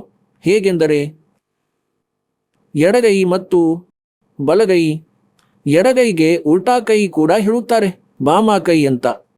ಹೀಗೆ ಬಾಮ ಅಂದರೆ ಉಲ್ಟಾ. ಹಾಗಾಗಿ ಪರಮಾತ್ಮನನ್ನು ವಾಮದೇವ ಎಂದು ಕರೆಯತೊಡಗಿದರು. ಸತ್ಸುಕೃತ್ ಹೆಸರನ್ನು ಬಿಟ್ಟು ಬಿಟ್ಟರು. ಹೇಗೆಂದರೆ ಊರಲ್ಲಿ ಯಾರದ್ದೋ ಹೆಸರನ್ನು ವ್ಯಂಗ್ಯವಾಗಿ ಇಟ್ಟಿರುತ್ತಾರೆ, ಅಂದರೆ ಇನ್ನೊಂದು ಹೆಸರು, ಮತ್ತು ಊರಲ್ಲಿ ಅವನ ವಾಸ್ತವಿಕ ಹೆಸರನ್ನು ಬಿಟ್ಟು ಅದೇ ಹೆಸರಿನಿಂದ ಕರೆಯುತ್ತಿರುತ್ತಾರೆ. ಅವನ ಒರಿಜಿನಲ್ ಹೆಸರನ್ನು ಮರೆತು ಬಿಟ್ಟಿರುತ್ತಾರೆ. ನಾವು ಬಹಳ ನೋಡಿದ್ದೇವೆ ಊರಲ್ಲಿ. ಮತ್ತು ಅವನಿಗೆ ಆ ಹೆಸರಿನಿಂದ ಕೂಗಿದರೆ ಮಾತ್ರ ತಕ್ಷಣ ನೋಡುತ್ತಾನೆ, ಏಕೆಂದರೆ ಆ ಹೆಸರು ಪ್ರಚಲಿತವಾಗಿರುತ್ತದೆ. ಇದೇ ರೀತಿ ಆ ಪರಮೇಶ್ವರನ ಹೆಸರನ್ನು ವಾಮದೇವ ಎಂದಿಟ್ಟರು. ಮತ್ತು ವಾಮದೇವದ ಅರ್ಥ ಮೇಲೆ ಹಾಗೂ ಕೆಳಗೆ ಇರುವವನು ಆಗುತ್ತದೆ. ಹೇಳ್ತಾರೆ, ಇವನೇ ವಾಮದೇವ, ಮೇಲೆ ಮತ್ತು ಕೆಳಗೆ ಸಹ ಇರುತ್ತಾನೆ. ಅಂದರೆ ಆ ಪರಮೇಶ್ವರನ ಯಥಾರ್ಥ ಜ್ಞಾನವನ್ನು ಸ್ವೀಕರಿಸಲಿಲ್ಲ, ಅಪಹಾಸ್ಯ ಮಾಡತೊಡಗಿದರು ಈ ಮನುನಂತಹ ಅಜ್ಞಾನಿಗಳು.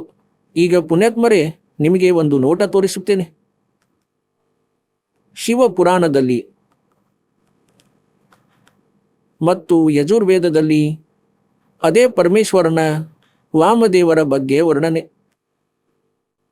ಇದು ನೋಡಿರಂತೆ ಶ್ರೀ ಶಿವಪುರಾಣ, ಗೀತಾ ಪ್ರೆಸ್ ಗೋರಖ್ಪುರದಿಂದ ಪ್ರಕಾಶಿತ. ಮತ್ತು ಇದು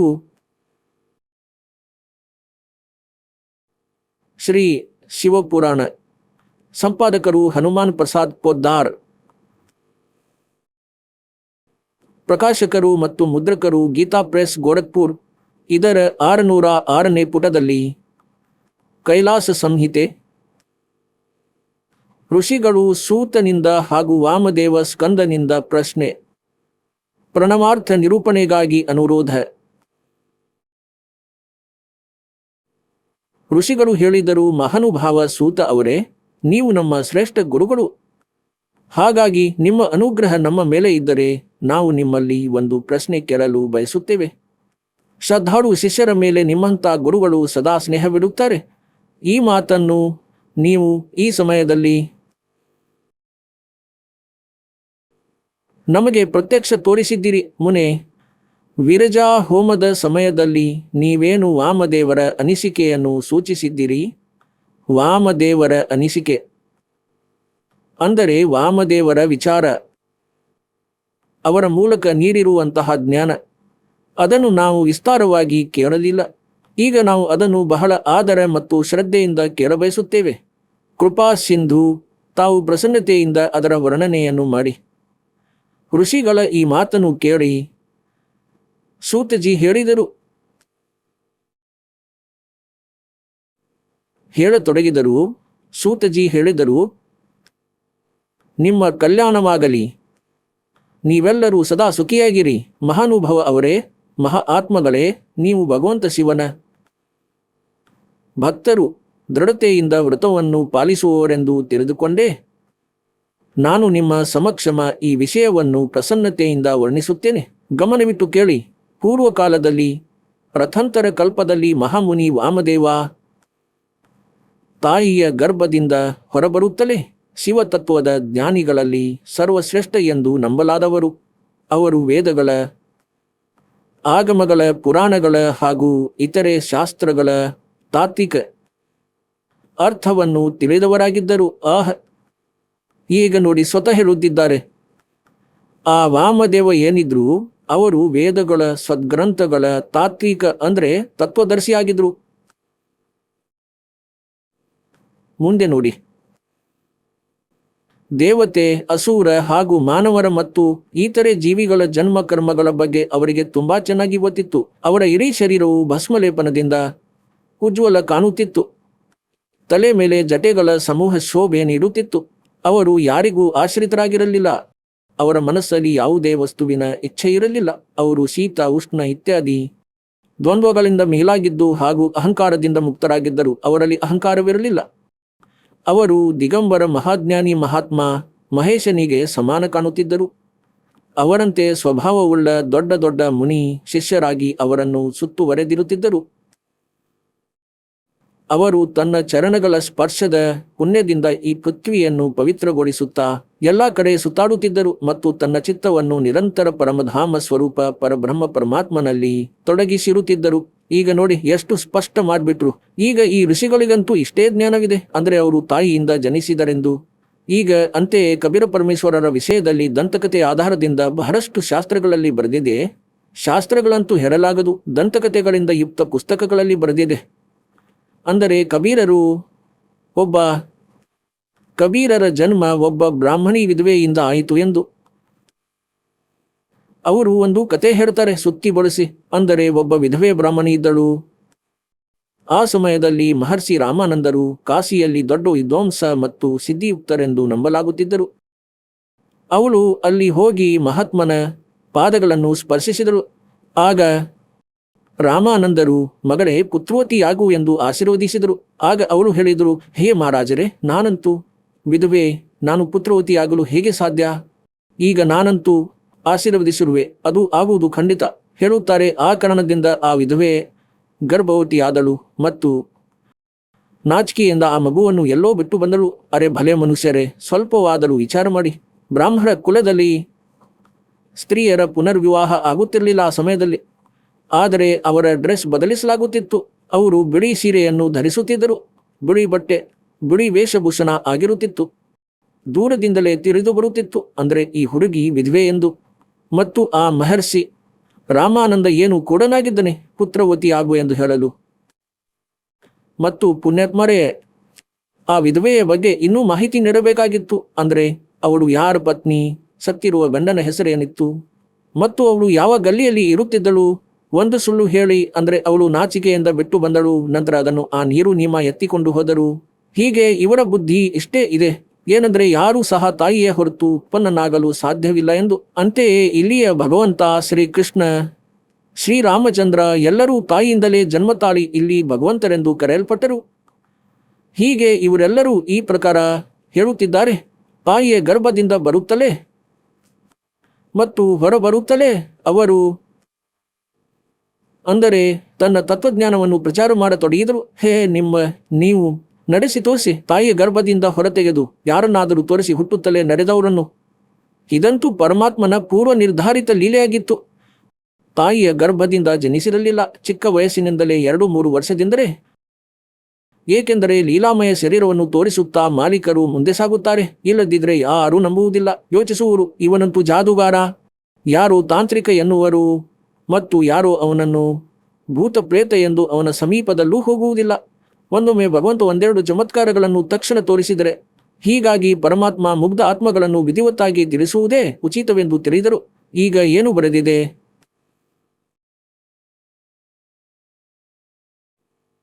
ಮತ್ತೆ ನೋಡಿದಂತೆ ವಾಮದೇವ ತಾಯಿಯ ಗರ್ಭದಿಂದ ಹೊರಬರುತ್ತಲೇ ಶಿವತತ್ವದ ಜ್ಞಾನಿಗಳಲ್ಲಿ ಸರ್ವಶ್ರೇಷ್ಠರೆಂದು ನಂಬಲಾದರು. ಅವರು ವೇದಗಳ, ಆಗಮಗಳ, ಪುರಾಣಗಳ ಮತ್ತು ಅನ್ಯ ಶಾಸ್ತ್ರಗಳದ್ದೂ ಕೂಡ ತಾತ್ವಿಕ ಅರ್ಥವನ್ನು ತಿಳಿದವರಾಗಿದ್ದರು. ಮತ್ತು ಅವರು ವಿಹರಿಸುತ್ತಿದ್ದರು ಮತ್ತು ಈ ಎಲ್ಲಾ ಸಂತ ಋಷಿಗಳ ಜೊತೆಯಲ್ಲಿ ವಿಚಾರ ವಿಮರ್ಶೆ ಮಾಡುತ್ತಾ ಅವರನ್ನು ಸೋಲಿಸಿ ಮುಂದಕ್ಕೆ ಸಾಗುತ್ತಿದ್ದರು.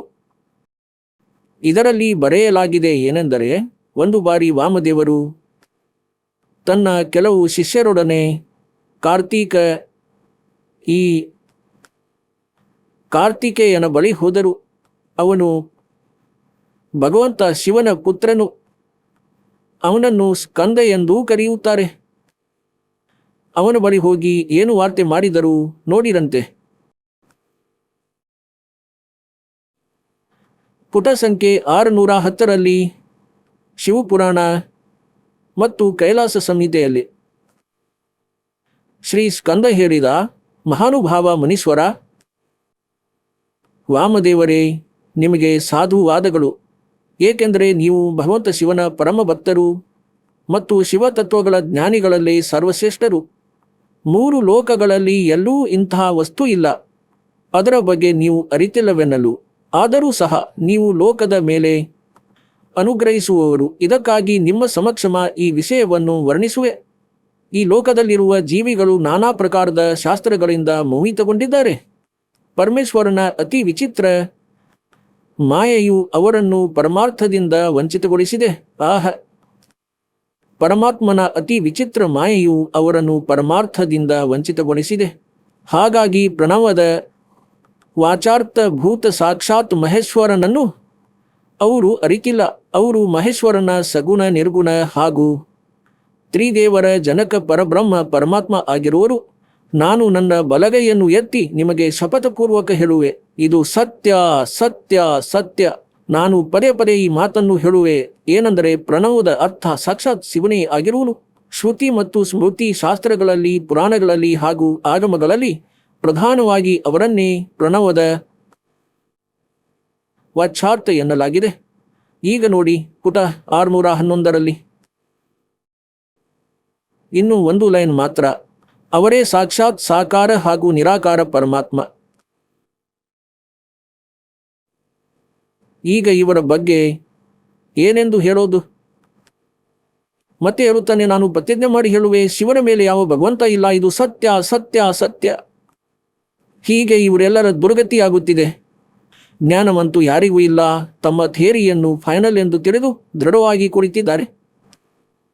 ಈಗ ಇದರಿಂದ ಏನು ಸ್ಪಷ್ಟಗೊಳಿಸಬಯಸುತ್ತಾನೆ ಈ ದಾಸ ಅಂದರೆ, ಪರಮೇಶ್ವರರು 4 ಯುಗದಲ್ಲಿ ಬರುತ್ತಾರೆ ಮತ್ತು ಪ್ರತಿಯೊಂದು ಯುಗದಲ್ಲಿ ತನ್ನ ತತ್ವಜ್ಞಾನದ ಪ್ರಚಾರ ಮಾಡುತ್ತಾರೆ ಮತ್ತು ಎಲ್ಲರನ್ನೂ ಸೋಲಿಸುತ್ತಾರೆ. ಆದರೆ ಅಭಿಮಾನಿ ಮತ್ತು ಅಜ್ಞಾನಿಗಳು ಪರಮಾತ್ಮನ ಆ ಯಥಾರ್ಥ ಜ್ಞಾನವನ್ನು ಸ್ವೀಕರಿಸುವುದಿಲ್ಲ. ಆದರೆ ಈಗ ಎಲ್ಲರೂ ಸ್ವೀಕರಿಸುವರು. ಪ್ರಶ್ನೆ 7. ಕಾಕಭುಷುಂಡಿಗೆ ಪರಮಾತ್ಮ ಯಾವಾಗ ಮತ್ತು ಯಾವ ರೂಪದಲ್ಲಿ ಸಿಕ್ಕಿದ್ದರು? ಕಾಕಭುಷುಂಡಿ ಹೆಸರಿನ ಒಬ್ಬ ದೇವ ಇರುವರು. ಅವರ ಮುಖವಂತೂ ಕಾಗೆಯಂತಿದೆ, ಆದರೆ ಅವರ ಪೂರ್ತಿ ಶರೀರ ದೇವತೆಗಳಂತಿದೆ. ಅವರಿಗೂ ಪರಮಾತ್ಮ ಸಿಕ್ಕಿದ್ರು ಮತ್ತು ಜ್ಞಾನ ತಿಳಿಸಿದರು. ತನ್ನ ಭಕ್ತಿಯ ಯಥಾರ್ಥ ಮಂತ್ರ ನೀಡಿದರು. ಅದರಿಂದ ಅವರ ಆಯಸ್ಸು ಬಹಳ ದೀರ್ಘವಾಗಿದೆ. ಈಗ ಕೇಳಿ ಕಾಕಭುಷುಂಡಿಯ ವಾಸ್ತವಿಕ ಕಥೆಯನ್ನು. ಈಗ ಪ್ರಸಂಗ ನಡೆಯುತ್ತಿತ್ತು ಏನಂದ್ರೆ, ಆ 64 ಲಕ್ಷ ಅಂತೂ ಬರುವರು. 64 ಲಕ್ಷದವರ ಮನೆಯಲ್ಲಿ ಆ ಭಕ್ತರು ಬರುವರು. ಯಾರು ಪರಮಾತ್ಮನ ರಿಸರ್ವ್ ಬ್ಯಾಂಕ್ನಲ್ಲಿ ಇರಿಸಲ್ಪಟ್ಟಿರುವರೋ ಅವರು. ನಂತರ ಅನ್ಯರು ಏನು ಜನ್ಮ ಪಡೆಯುತ್ತಿದ್ದಾರೆ? ಶತಕೋಟಿಗಳಲ್ಲಿ ಜೀವಿಗಳಿದ್ದಾರೆ ಮನುಷ್ಯ ಜನ್ಮದಲ್ಲಿ. ಅವರಿಗಾಗಿ ಹೇಗಿರುವುದಂದ್ರೆ, ಉದಾಹರಣೆಗಾಗಿ ಹಲವಾರು ಬಾರಿ ಕತೆ ಹೇಳಿದ್ದಾನೆ ನಿಮಗೆ ಈ ದಾಸನು. ಈಗ ಕಾಗಭುಷುಂಡ ಅವರು ಒಬ್ಬ ಮಹಾಪುರುಷರೆಂದು ನಂಬಲ್ಪಡುತ್ತಾರೆ. ಪುರಾಣಗಳಲ್ಲಿ ಕಥೆ ಬರುತ್ತದೆ. ಅವರಿಗೆ ಗರುಡ ದೇವತೆ ಕೇಳಿದರು ಅಂದರೆ, ಹೇ ಕಾಗಭುಷುಂಡರೇ, ನಿಮಗೆ ಈ ಭಕ್ತಿ ಹೇಗೆ ಪ್ರಾಪ್ತವಾಯಿತು? ನಿಮ್ಮ ಆತ್ಮ ಎಷ್ಟು ಶಾಂತವಾಗಿದೆ, ನಿಮ್ಮ ಆಯಸ್ಸು ಎಷ್ಟು ದೀರ್ಘವಾಗಿದೆ, ನಿಮಗೆ ಈ ಉಪಲಬ್ಧಿ ಹೇಗೆ ಪ್ರಾಪ್ತವಾಯಿತು? ಆಗ ಕಾಗಭುಷುಂಡ ಹೇಳಿದರು, ಇಲ್ಲಿ ನಾನು ಸಂಕ್ಷಿಪ್ತವಾಗಿ ಹೇಳುವೆ. ಕಾಗಭುಷುಂಡ ಗರುಡನಿಗೆ ಹೇಳಿದನು, ಹೇ ಗರುಡರೇ, ಒಂದು ಬಾರಿ ನನಗೆ ಮನುಷ್ಯ ಜೀವನ ಪ್ರಾಪ್ತವಾಗಿತ್ತು ಮತ್ತು ನನಗೆ 20 ವರ್ಷ ವಯಸ್ಸಾಗಿತ್ತು. ಆ ಸಮಯದಲ್ಲಿ ಒಂದು ಭಯಂಕರ ಬರಗಾಲ ಬಂದಿತು. ಅದರಲ್ಲಿ ನನ್ನ ಇಡೀ ಪರಿವಾರ, ತಂದೆ ತಾಯಿ ಜೊತೆಯಲ್ಲಿ ತಮ್ಮ ತಂಗಿ ಕೂಡ ಇದ್ದರು. ಅವರೆಲ್ಲರೂ ಮೃತ್ಯುವಿಗೆ ಪ್ರಾಪ್ತರಾದರು. ನಾನು 20 ವರ್ಷದವನಾಗಿದ್ದಾಗ ತಂದೆ ತಾಯಿ ವೃದ್ಧರಾಗಿದ್ದರು. ತಮ್ಮ ತಂಗಿ ಚಿಕ್ಕವರಾಗಿದ್ದ ಕಾರಣ ಅವರು ಆ ಹಸಿವನ್ನು ಸಹಿಸಲಾಗಲಿಲ್ಲ. ಅವರ ಮೃತ್ಯುವಿನ ನಂತರವೂ ಸಹ ಸುತ್ತಮುತ್ತಲಿನ ಕ್ಷೇತ್ರದಲ್ಲೂ ಬಹಳ ಕೆಟ್ಟ ಪರಿಸ್ಥಿತಿ ಇತ್ತು. ಲಕ್ಷಾಂತರ ಜನರು ಸತ್ತು ಹೋಗಿದ್ದರು. ಆ ಕ್ಷೇತ್ರವನ್ನು ಬಿಟ್ಟು ನಾನು ಅವಂತಿಕಾ ಎಂಬ ನಗರಕ್ಕೆ ಹೋದೆ. ಅಲ್ಲಿ ಬರಗಾಲ ಇರಲಿಲ್ಲ. ಹೊಟ್ಟೆ ತುಂಬ ಊಟ ಮಾಡಿದೆ. ಆದರೆ ನನ್ನ ಆತ್ಮದಲ್ಲಿ ಒಂದು ಪ್ರೇರಣೆಯಾಯಿತು. ಇಂತಹ ದುಃಖವಾಯಿತು. ಅಂದರೆ ಇದು ಎಂಥ ಜೀವನ. ನನ್ನ ತಂದೆಯ ಇಡೀ ಪರಿವಾರ ನಾಶವಾಯಿತು. ಇದೆಂಥ ಜೀವನ, ಇದೆಂಥ ಲೋಕ ಇದು. ನಂತರ ಮತ್ತೆ ಏನು ಹೇಳುತ್ತಾನೆ ಅಂದರೆ, ಆ ಜನ್ಮಕ್ಕಿಂತ ಮೊದಲು ನನಗೆ ಅಸಂಖ್ಯ ಜನ್ಮಗಳು ಸಿಕ್ಕಿದ್ದವು. ಈಗ ದಿವ್ಯದೃಷ್ಟಿ ತೆರೆದ ನಂತರ ಅವನಿಗೆ ಹಿಂದಿನ ಜನ್ಮದ ಅರಿವಾಯಿತು. ಭಕ್ತಿಯಲ್ಲಿ ತೊಡಗಿದ ನಂತರ ಗರುಡ ದೇವನಿಗೆ ಹೇಳುತ್ತಿದ್ದಾನೆ, ಅಂದರೆ ಅದಕ್ಕಿಂತ ಮೊದಲು ನಾನು ಅಸಂಖ್ಯ ಮನುಷ್ಯ ಜೀವನಗಳನ್ನು ವ್ಯರ್ಥಗೊಳಿಸಿದ್ದೆ ಮತ್ತು ನಾನು ಎಂದೂ ಭಕ್ತಿ ಮಾಡಲಿಲ್ಲ. ಈಗ ಬರಗಾಲ ಬಂತು, ನನ್ನ ತಂದೆ ತಾಯಿ ಮರಣ ಹೊಂದಿದರು, ಇಡೀ ಕುಟುಂಬ ನಾಶವಾಯಿತು. ಅವಂತಿಕಾ ನಗರದಲ್ಲಿ ಒಬ್ಬ ಪಂಡಿತ ಅಲ್ಲಿ ಶಿವದ್ವಾರದಲ್ಲಿ ಶಿವ ಮಂದಿರದಲ್ಲಿ ಕಥೆಯನ್ನು ಹೇಳುತ್ತಿದ್ದ ಮತ್ತು ಕಥೆ ಮುಗಿದ ನಂತರ ಅವರು ಅನ್ನದಾಸೋಹ ಮಾಡುತ್ತಿದ್ದರು. ನಾನು ಭೋಜನ ಪಡೆಯುವ ಉದ್ದೇಶದಿಂದ ಆ ಭಕ್ತರ ಮಧ್ಯದಲ್ಲಿ ಕುಳಿತುಕೊಂಡೆ. ನನಗೆ ಸತ್ಸಂಗದ ಬಗ್ಗೆ ಯಾವ ಆಸಕ್ತಿ ಇರಲಿಲ್ಲ. ಎಲ್ಲರೂ ಎದ್ದು ಹೋದರೂ ನಾನು ಅಲ್ಲೇ ಕುಳಿತಿದ್ದೆ. ಪಂಡಿತರು ಕೇಳಿದರು, ಮಗು ಏನು ವಿಷಯ? ನಾನು ನನ್ನ ಎಲ್ಲ ದುಃಖವನ್ನು ಹೇಳಿದೆ. ಅವರು ನನ್ನನ್ನು ಆಸ್ ಎ ಸನ್, ತನ್ನ ಮಗನಂತೆ ಪ್ರೀತಿಸಿದರು. ಪಂಡಿತರು, ಪೂಜಾರಿ ಮತ್ತು ಹೇಳಿದರು, ಈ ಪ್ರಪಂಚವಂತೂ ದುಃಖದ ಮನೆಯಾಗಿದೆ. ನೀನು ಇಲ್ಲೇ ಇರು, ಭೋಜನ ಪಡೆ ಮತ್ತು ಇಲ್ಲಿ ಮಂದಿರದಲ್ಲಿ ಸೇವೆಯನ್ನು ಮಾಡು, ಸತ್ಸಂಗವನ್ನು ಕೇಳು, ದೀಕ್ಷೆಯನ್ನು ಪಡೆ. ನಾನು ಅವರ ಎಲ್ಲ ಮಾತುಗಳನ್ನು ಒಪ್ಪಿದೆ. ಅಲ್ಲಿ ಸೇವೆಯನ್ನೂ ಸಹ ಮಾಡತೊಡಗಿದೆ. ಆದರೆ ದೀಕ್ಷೆಯ ಮಾತು ನನ್ನ ಬುದ್ಧಿಗೆ ಸೇರಲಿಲ್ಲ. 6 ತಿಂಗಳವರೆಗೆ ಅವರ ಕಥೆಯನ್ನು ಕೇಳಿದೆ. ಮನುಷ್ಯ ಜೀವನದ ಉದ್ದೇಶದ ಬಗ್ಗೆ ಹೇಳುತ್ತಿದ್ದರು. ನನಗೆ ಇಚ್ಛೆಯೇ ಆಗಲಿಲ್ಲ, ಪ್ರಭಾವವೇ ಬೀರಲಿಲ್ಲ. ಅಷ್ಟೊಂದು ಪಾಪಗಳಿದ್ದವು ನನ್ನದು, ಏಕೆಂದರೆ ನನ್ನೊಳಗೆ ಭಕ್ತಿಯ ಬೀಜ ಬಿದ್ದಿರಲಿಲ್ಲ. 6 ತಿಂಗಳ ಬಳಿಕ ಗುರುಗಳು ಹೇಳುವ ಕಥೆಯನ್ನಂತೂ ನಾನು ಕಲಿತುಕೊಂಡೆ. ನಾನು ಯುವಾವಸ್ಥೆಯಲ್ಲಿದ್ದೆ. ಗುರುಗಳು ವೃದ್ಧರಾಗಿದ್ದರು. ನಾನು ಪ್ರೇಕ್ಷಕರಿಗೆ ಗುರುಗಳ ಅಬ್ಸೆನ್ಸ್ನಲ್ಲಿ, ಅನುಪಸ್ಥಿತಿಯಲ್ಲಿ ಆ ಕಥೆಯನ್ನು ಹೇಳತೊಡಗಿದೆ. ಮಧುರ ಧ್ವನಿಯಿತ್ತು, ಯುವ ಶರೀರವಿತ್ತು. ಶ್ರೋತೃಗಳು ನನ್ನ ಪ್ರಶಂಸೆ ಮಾಡತೊಡಗಿದರು. ಅಂದರೆ ಎಷ್ಟು ಅದ್ಭುತ ಸ್ವಾಮಿ, ನೀವಂತೂ ಗುರುಗಳಿಗಿಂತಲೂ ಉತ್ತಮವಾಗಿ ಸತ್ಸಂಗ ಹೇಳುತ್ತೀರಿ. ವಾಹ್ ಸ್ವಾಮಿಗಳೇ, ವಾಹ್, ನಿಮ್ಮ ಧ್ವನಿಯಂತೂ ತುಂಬಾ ಮಧುರವಾಗಿದೆ. ಈ ಜೀವಿಗೆ ಹಲವಾರು ರೀತಿಯಲ್ಲಿ ಹಾನಿ ಉಂಟಾಗುತ್ತದೆ. ಆ ಫೌಲ್ ಪಾಯಿಂಟ್ ಕೂಡ ತಮ್ಮ ಸಮಕ್ಷಮದಲ್ಲಿಡಲಾಗುತ್ತದೆ. ಅದರಿಂದ ತಾವು ಪುನಃ ತಪ್ಪು ಮಾಡಬಾರದೆಂದು ಅದಕ್ಕಾಗಿ ಈ ಕಥೆಗಳನ್ನು ಹೇಳಲಾಗುತ್ತದೆ. ಈಗ ಆ ಕೇಳುಗರಿಂದ ನನ್ನಲ್ಲಿ ಅಭಿಮಾನ ಉಂಟಾಗಿ ನಾನು ಅಭಿಮಾನಿಯಾದೆ. ಅಹಂಕಾರ ತುಂಬಿತು. ಒಂದು ದಿನ ಗುರುಗಳು ಬಂದರು. ಮಂದಿರದಲ್ಲಿ ಪೂಜೆಯ ಉದ್ದೇಶದಿಂದ ಹೊರಗಿನಿಂದ ಬಂದರು ಮತ್ತು ನಾನು ಕೇಳುಗರ ಮಧ್ಯದಲ್ಲಿ ಕುಳಿತಿದ್ದೆ. ಪ್ರಶಂಸೆಯನ್ನು ಆಲಿಸುತ್ತಿದ್ದೆ. ನಾನು ಕುಳಿತುಕೊಂಡೇ ಗುರುಗಳ ದರ್ಶನ ಮಾಡಿಕೊಂಡೆ. ಪ್ರಣಾಮವೂ ಮಾಡಲಿಲ್ಲ, ಕೇವಲ ಹೀಗೆ ನೋಡಿದೆ. ಆದರೆ ಗುರುಗಳಿಗೆ ಎದ್ದು ನಿಂತು ನಾನು ಎದ್ದೇಳಲಿಲ್ಲ. ಲೋಕಲಜ್ಜೆಯ ಕಾರಣ, ಅಂದರೆ ನನ್ನ ಅವಮಾನವಾಗುವುದು. ಒಂದೊಮ್ಮೆ ನಾನು ಎದ್ದು ನಿಂತರೆ, ಏಕೆಂದರೆ ಪ್ರಶಂಸಕರು ಎದುರಲ್ಲಿ ಕುಳಿತಿದ್ದರು. ಈಗ ಗುರುವರಿಗಂತೂ ಗಮನವಿರಲಿಲ್ಲ. ಅವರಿಗೇನು ಸಂಬಂಧ? ನಿಯಮ ಹೇಳಿಬಿಟ್ಟರು. ಪಾಲಿಸಿದವರು ಸಫಲವಾಗುವರು, ಪಾಲಿಸದೇ ಇರುವವರು ದಂಡಿತರಾಗುವರು. ಗುರುಗಳು ಹೋಗಿ ಮಂದಿರದಲ್ಲಿ ಪೂಜೆ ಅರ್ಚನೆ ಮಾಡತೊಡಗಿದರು. ಆಕಾಶವಾಣಿಯಾಯಿತು ಆ ಮಂದಿರದಲ್ಲಿ ಮತ್ತು ಭಗವಂತ ಶಿವನ ಪೂಜಾರಿಯಾಗಿದ್ದರು ಆ ಪಂಡಿತರು. ಆಕಾಶವಾಣಿಯಾಯಿತು. ಭಗವಂತ ಶಿವ ಹೇಳಿದರು, ಅರೆ ಧೂರ್ತ, ನಿನ್ನನ್ನು 1 ವರ್ಷಕ್ಕಾಗಿ ನರಕದಲ್ಲಿ ಹಾಕುವೆ. ಈ ಆಕಾಶವಾಣಿಯನ್ನು ಕೇಳಿಸಿಕೊಂಡರು ಗುರುಗಳು. ಈಗ ಪುಣ್ಯಾತ್ಮರೇ, ಪರಮಾತ್ಮ ಕಬೀರ ಸಾಹೇಬರು ಹೇಳುತ್ತಾರೆ, ಬಹುತೇ ಪ್ಯಾರ ಬಾಲಕ ಮಾಕ. ಈಗ ತಂದೆಗೆ ತನ್ನ ಮಗ ಅಥವಾ ಮಗಳು ಬಹಳ ಪ್ರಿಯರಾಗಿರುತ್ತಾರೆ. ಆದರೆ ತಾಯಿಗೆ ತಂದೆಗಿಂತಲೂ ಅಧಿಕ ಪಟ್ಟು ಪ್ರೀತಿ ಮಕ್ಕಳಲ್ಲಿರುತ್ತದೆ, ಸ್ವಾಭಾವಿಕವಾಗಿದೆ. ಮತ್ತು ಹೇಳುತ್ತಾರೆ, ಗುರುಗಳಿಗೆ ಅದಕ್ಕಿಂತ, ಅಂದರೆ ತಾಯಿಗಿಂತಲೂ 100 ಪಟ್ಟು ಅಧಿಕ ಪ್ರಿಯರಾಗಿರುತ್ತಾರೆ ತನ್ನ ಶಿಷ್ಯರು. ಅವರ ಭವಿಷ್ಯದ ಬಗ್ಗೆ ಇಷ್ಟೊಂದು ಚಿಂತಿತರಾಗಿರುತ್ತಾರೆ. ಹೇಳ್ತಾರೆ, ಬಹುತೇ ಪ್ಯಾರ ಬಾಲಕ ಮಾಕ, ಉನ್ಸೆ ಬಡ್ಕರ ಶಿಷ್ಯ ಗುರುವಂಕ. ಹಾಗೆ ಇಲ್ಲಿ ಗುರುಗಳು ಕೆರೆಸಿಕೊಂಡಾಗ, ಅಂದರೆ ಕಾಗಭೂಷಂಡನಿಗೆ, ಆಗ ಅವನ ಹೆಸರು ಬೇರೇನೋ ಇತ್ತು. ಅಂದರೆ ಭಗವಂತ ಶಿವ ಏಕೆ ಮುನಿದರು ಈ ಬಾಲಕನ ಮೇಲೆ? ಏನು ತಪ್ಪಾಯಿತು? ಅವರು ಪೂಜೆಯನ್ನು ಬಿಟ್ಟು ತಕ್ಷಣವೇ ಓಡಿ ಬಂದು ಕೇಳಿದರು, ಮಗು, ಏನು ತಪ್ಪು ಮಾಡಿದೆ ನೀನು? ಕ್ಷಮೆ ಯಾಚಿಸು. ರೇ ಬಾಲಕ್ ದರ್ಶಿಂ ಕ ಧ್ಯಾನ ತಾತ್ಯ ಬಕ್ಷಂತರೆ ಪರಾಣ. ಆಗ ಅವರು ಕೇಳಿದರು, ಗುರುಗಳು ಪ್ರಾರ್ಥಿಸಿದರು, ಹೇ ಭಗವಂತ ಶಂಕರ, ಹೇ ಮಹಾರಾಜರೇ, ಏನು ತಪ್ಪಾಯಿತು ನಿಮ್ಮ ಮಗುವಿನಿಂದ? ಬಾಲಕನಿದ್ದಾನೆ, ಕ್ಷಮಿಸಿ, ಇವನು ಬಾಲಕ. ಆಗ ಆಕಾಶವಾಣಿಯಾಯಿತು, ಈ ಧೂರ್ತನು ನನ್ನ ಭಕ್ತನ ಇನ್ಸಲ್ಟ್ ಮಾಡಿದ್ದಾನೆ, ಇವನು ಗುರುವಿನೊಂದಿಗೆ ಇಂತಹ ವ್ಯವಹಾರ ಮಾಡಿದ್ದಾನೆ ಅಂತಂದ್ರೆ ನನ್ನೊಡನೆ ಹೇಗೆ ವ್ಯವಹರಿಸಬಹುದು? ಪುಣ್ಯಾತ್ಮರೇ, ಪರಮೇಶ್ವರ ಕಬೀರರು ಸಹ ಹೇಳುತ್ತಾರೆ ಅಂದರೆ, ಕೆ ಗುರು ಗೋವಿಂದ ಕರ್ ಜಾನಿಯೋ ರಹಿಯೋ ಸಬದ್ ಸಮಾಯ मिले जब दंडवत बंदगी नहीं तो पल पल ध्यान लगावे. गुरु मानुष कर जानते ते नर के ये अंदर हुआ दुखी संसार में फिर ಅದ್ವೈಯಂಕೆ ಪಂಥ. ಹಾಗಾಗಿ ಶಂಕರ ಭಗವಂತ ಹೇಳಿದರು, ಈ ಧೂರ್ತನು ಗುರುವನ್ನೇ ಅವಮಾನಿಸಬಹುದಾದರೆ ನನ್ನ ಲೋಕದಲ್ಲಿ ಬಂದು ಗೊತ್ತಿಲ್ಲ ಏನೇನು ಮಾಡುವನು. ಇಂತಹ ಧೂರ್ತನ ಅವಶ್ಯಕತೆ ನನಗಿಲ್ಲ. ಇವನನ್ನು ನರಕದಲ್ಲಿ ಹಾಕುವೆ 1,00,000 ವರ್ಷಕ್ಕಾಗಿ. ಗುರುಗಳು ನಂತರ ಹಲವು ಗಂಟೆಗಳವರೆಗೆ ಪ್ರಾರ್ಥಿಸಿದರು.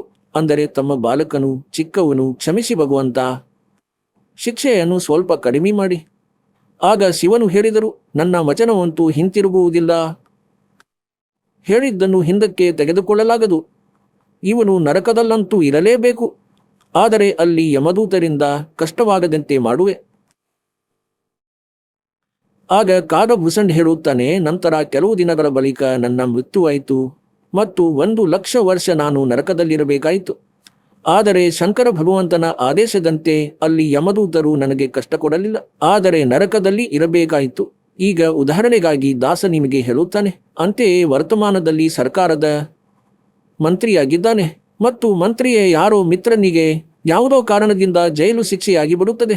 ಆಗ ಆ ಮಂತ್ರಿ ಅವನಿಗೆ ಜೈಲಿನಿಂದ ಬಿಡಿಸಲಾರ. ಅಲ್ಲಿಯ ಕರ್ಮಚಾರಿ ಅಧಿಕಾರಿಗಳಿಗೆ, ಜೈಲಿನ ಸೂಪರಿಂಟೆಂಡೆಂಟ್ಗೆ ಹೇಳುವನು, ಇವನಿಗೆ ಕಷ್ಟ ಕೊಡಬೇಡಿ. ಹೀಗೆ ಜೈಲಿನಲ್ಲಂತೂ ಇರುವನು, ಆದರೆ ಅವನಿಗೆ ಯಾವುದೇ ತೊಂದರೆ ಕೊಡುವುದಿಲ್ಲ. ಈಗ ಅವನಿಗೆ ಶಿಕ್ಷೆಯಂತೂ ಆಯಿತು, ಕಷ್ಟವಾಗಲಿ ಆಗದಿರಲಿ ಹೇಳುವ ಅರ್ಥ ಇದಾಗಿದೆ. ನಂತರ ಈ ಕಾಗಭೂಷಣ್ ಏನು ಹೇಳ್ತಾನೆ, 1,00,000 ವರ್ಷಗಳ ನಂತರ, ಅಂದರೆ ಆ ನರಕವನ್ನು ಅನುಭವಿಸಿದ ಬಳಿಕ ನನ್ನ ಜನ್ಮವಾಯಿತು. ಆ ಸಮಯದಲ್ಲಂತೂ ನನ್ನೊಳಗೆ ಭಕ್ತಿಯ ಬೀಜ ಬಿತ್ತಲಾಯಿತು. ಆ ಜನ್ಮದಲ್ಲಿ, ಅದಕ್ಕಿಂತ ಮೊದಲು ನನ್ನೊಳಗೆ ಭಕ್ತಿಯ ಬೀಜ ಬಿದ್ದಿರಲಿಲ್ಲ. ತದನಂತರ ನೋಡಿರಿ, ಹೇಳ್ತಾನೆ, ನನ್ನ ಜನ್ಮವಾಯಿತು, ಭಕ್ತಿಯ ಪ್ರೇರಣೆ ಸುರಕ್ಷಿತವಾಗಿತ್ತು. ಅಲ್ಲಿ ಇಲ್ಲಿ ಅಲೆಯುತ್ತಿದ್ದೆ, ಸಂತರ ಬಳಿ ಹೋದೆ ಮತ್ತು ಕೆಲವು ಸಂತರಿಂದ ಹಾಗೆ ಹೀಗೆ ಜ್ಞಾನವನ್ನು ಕೇಳಿಕೊಂಡೆ. ಅಂದರೆ ಭಗವಂತ ನಿರಾಕಾರನು, ನಿರ್ಗುಣನು, ಅವನದೇ ಭಕ್ತಿ ಮಾಡಬೇಕು.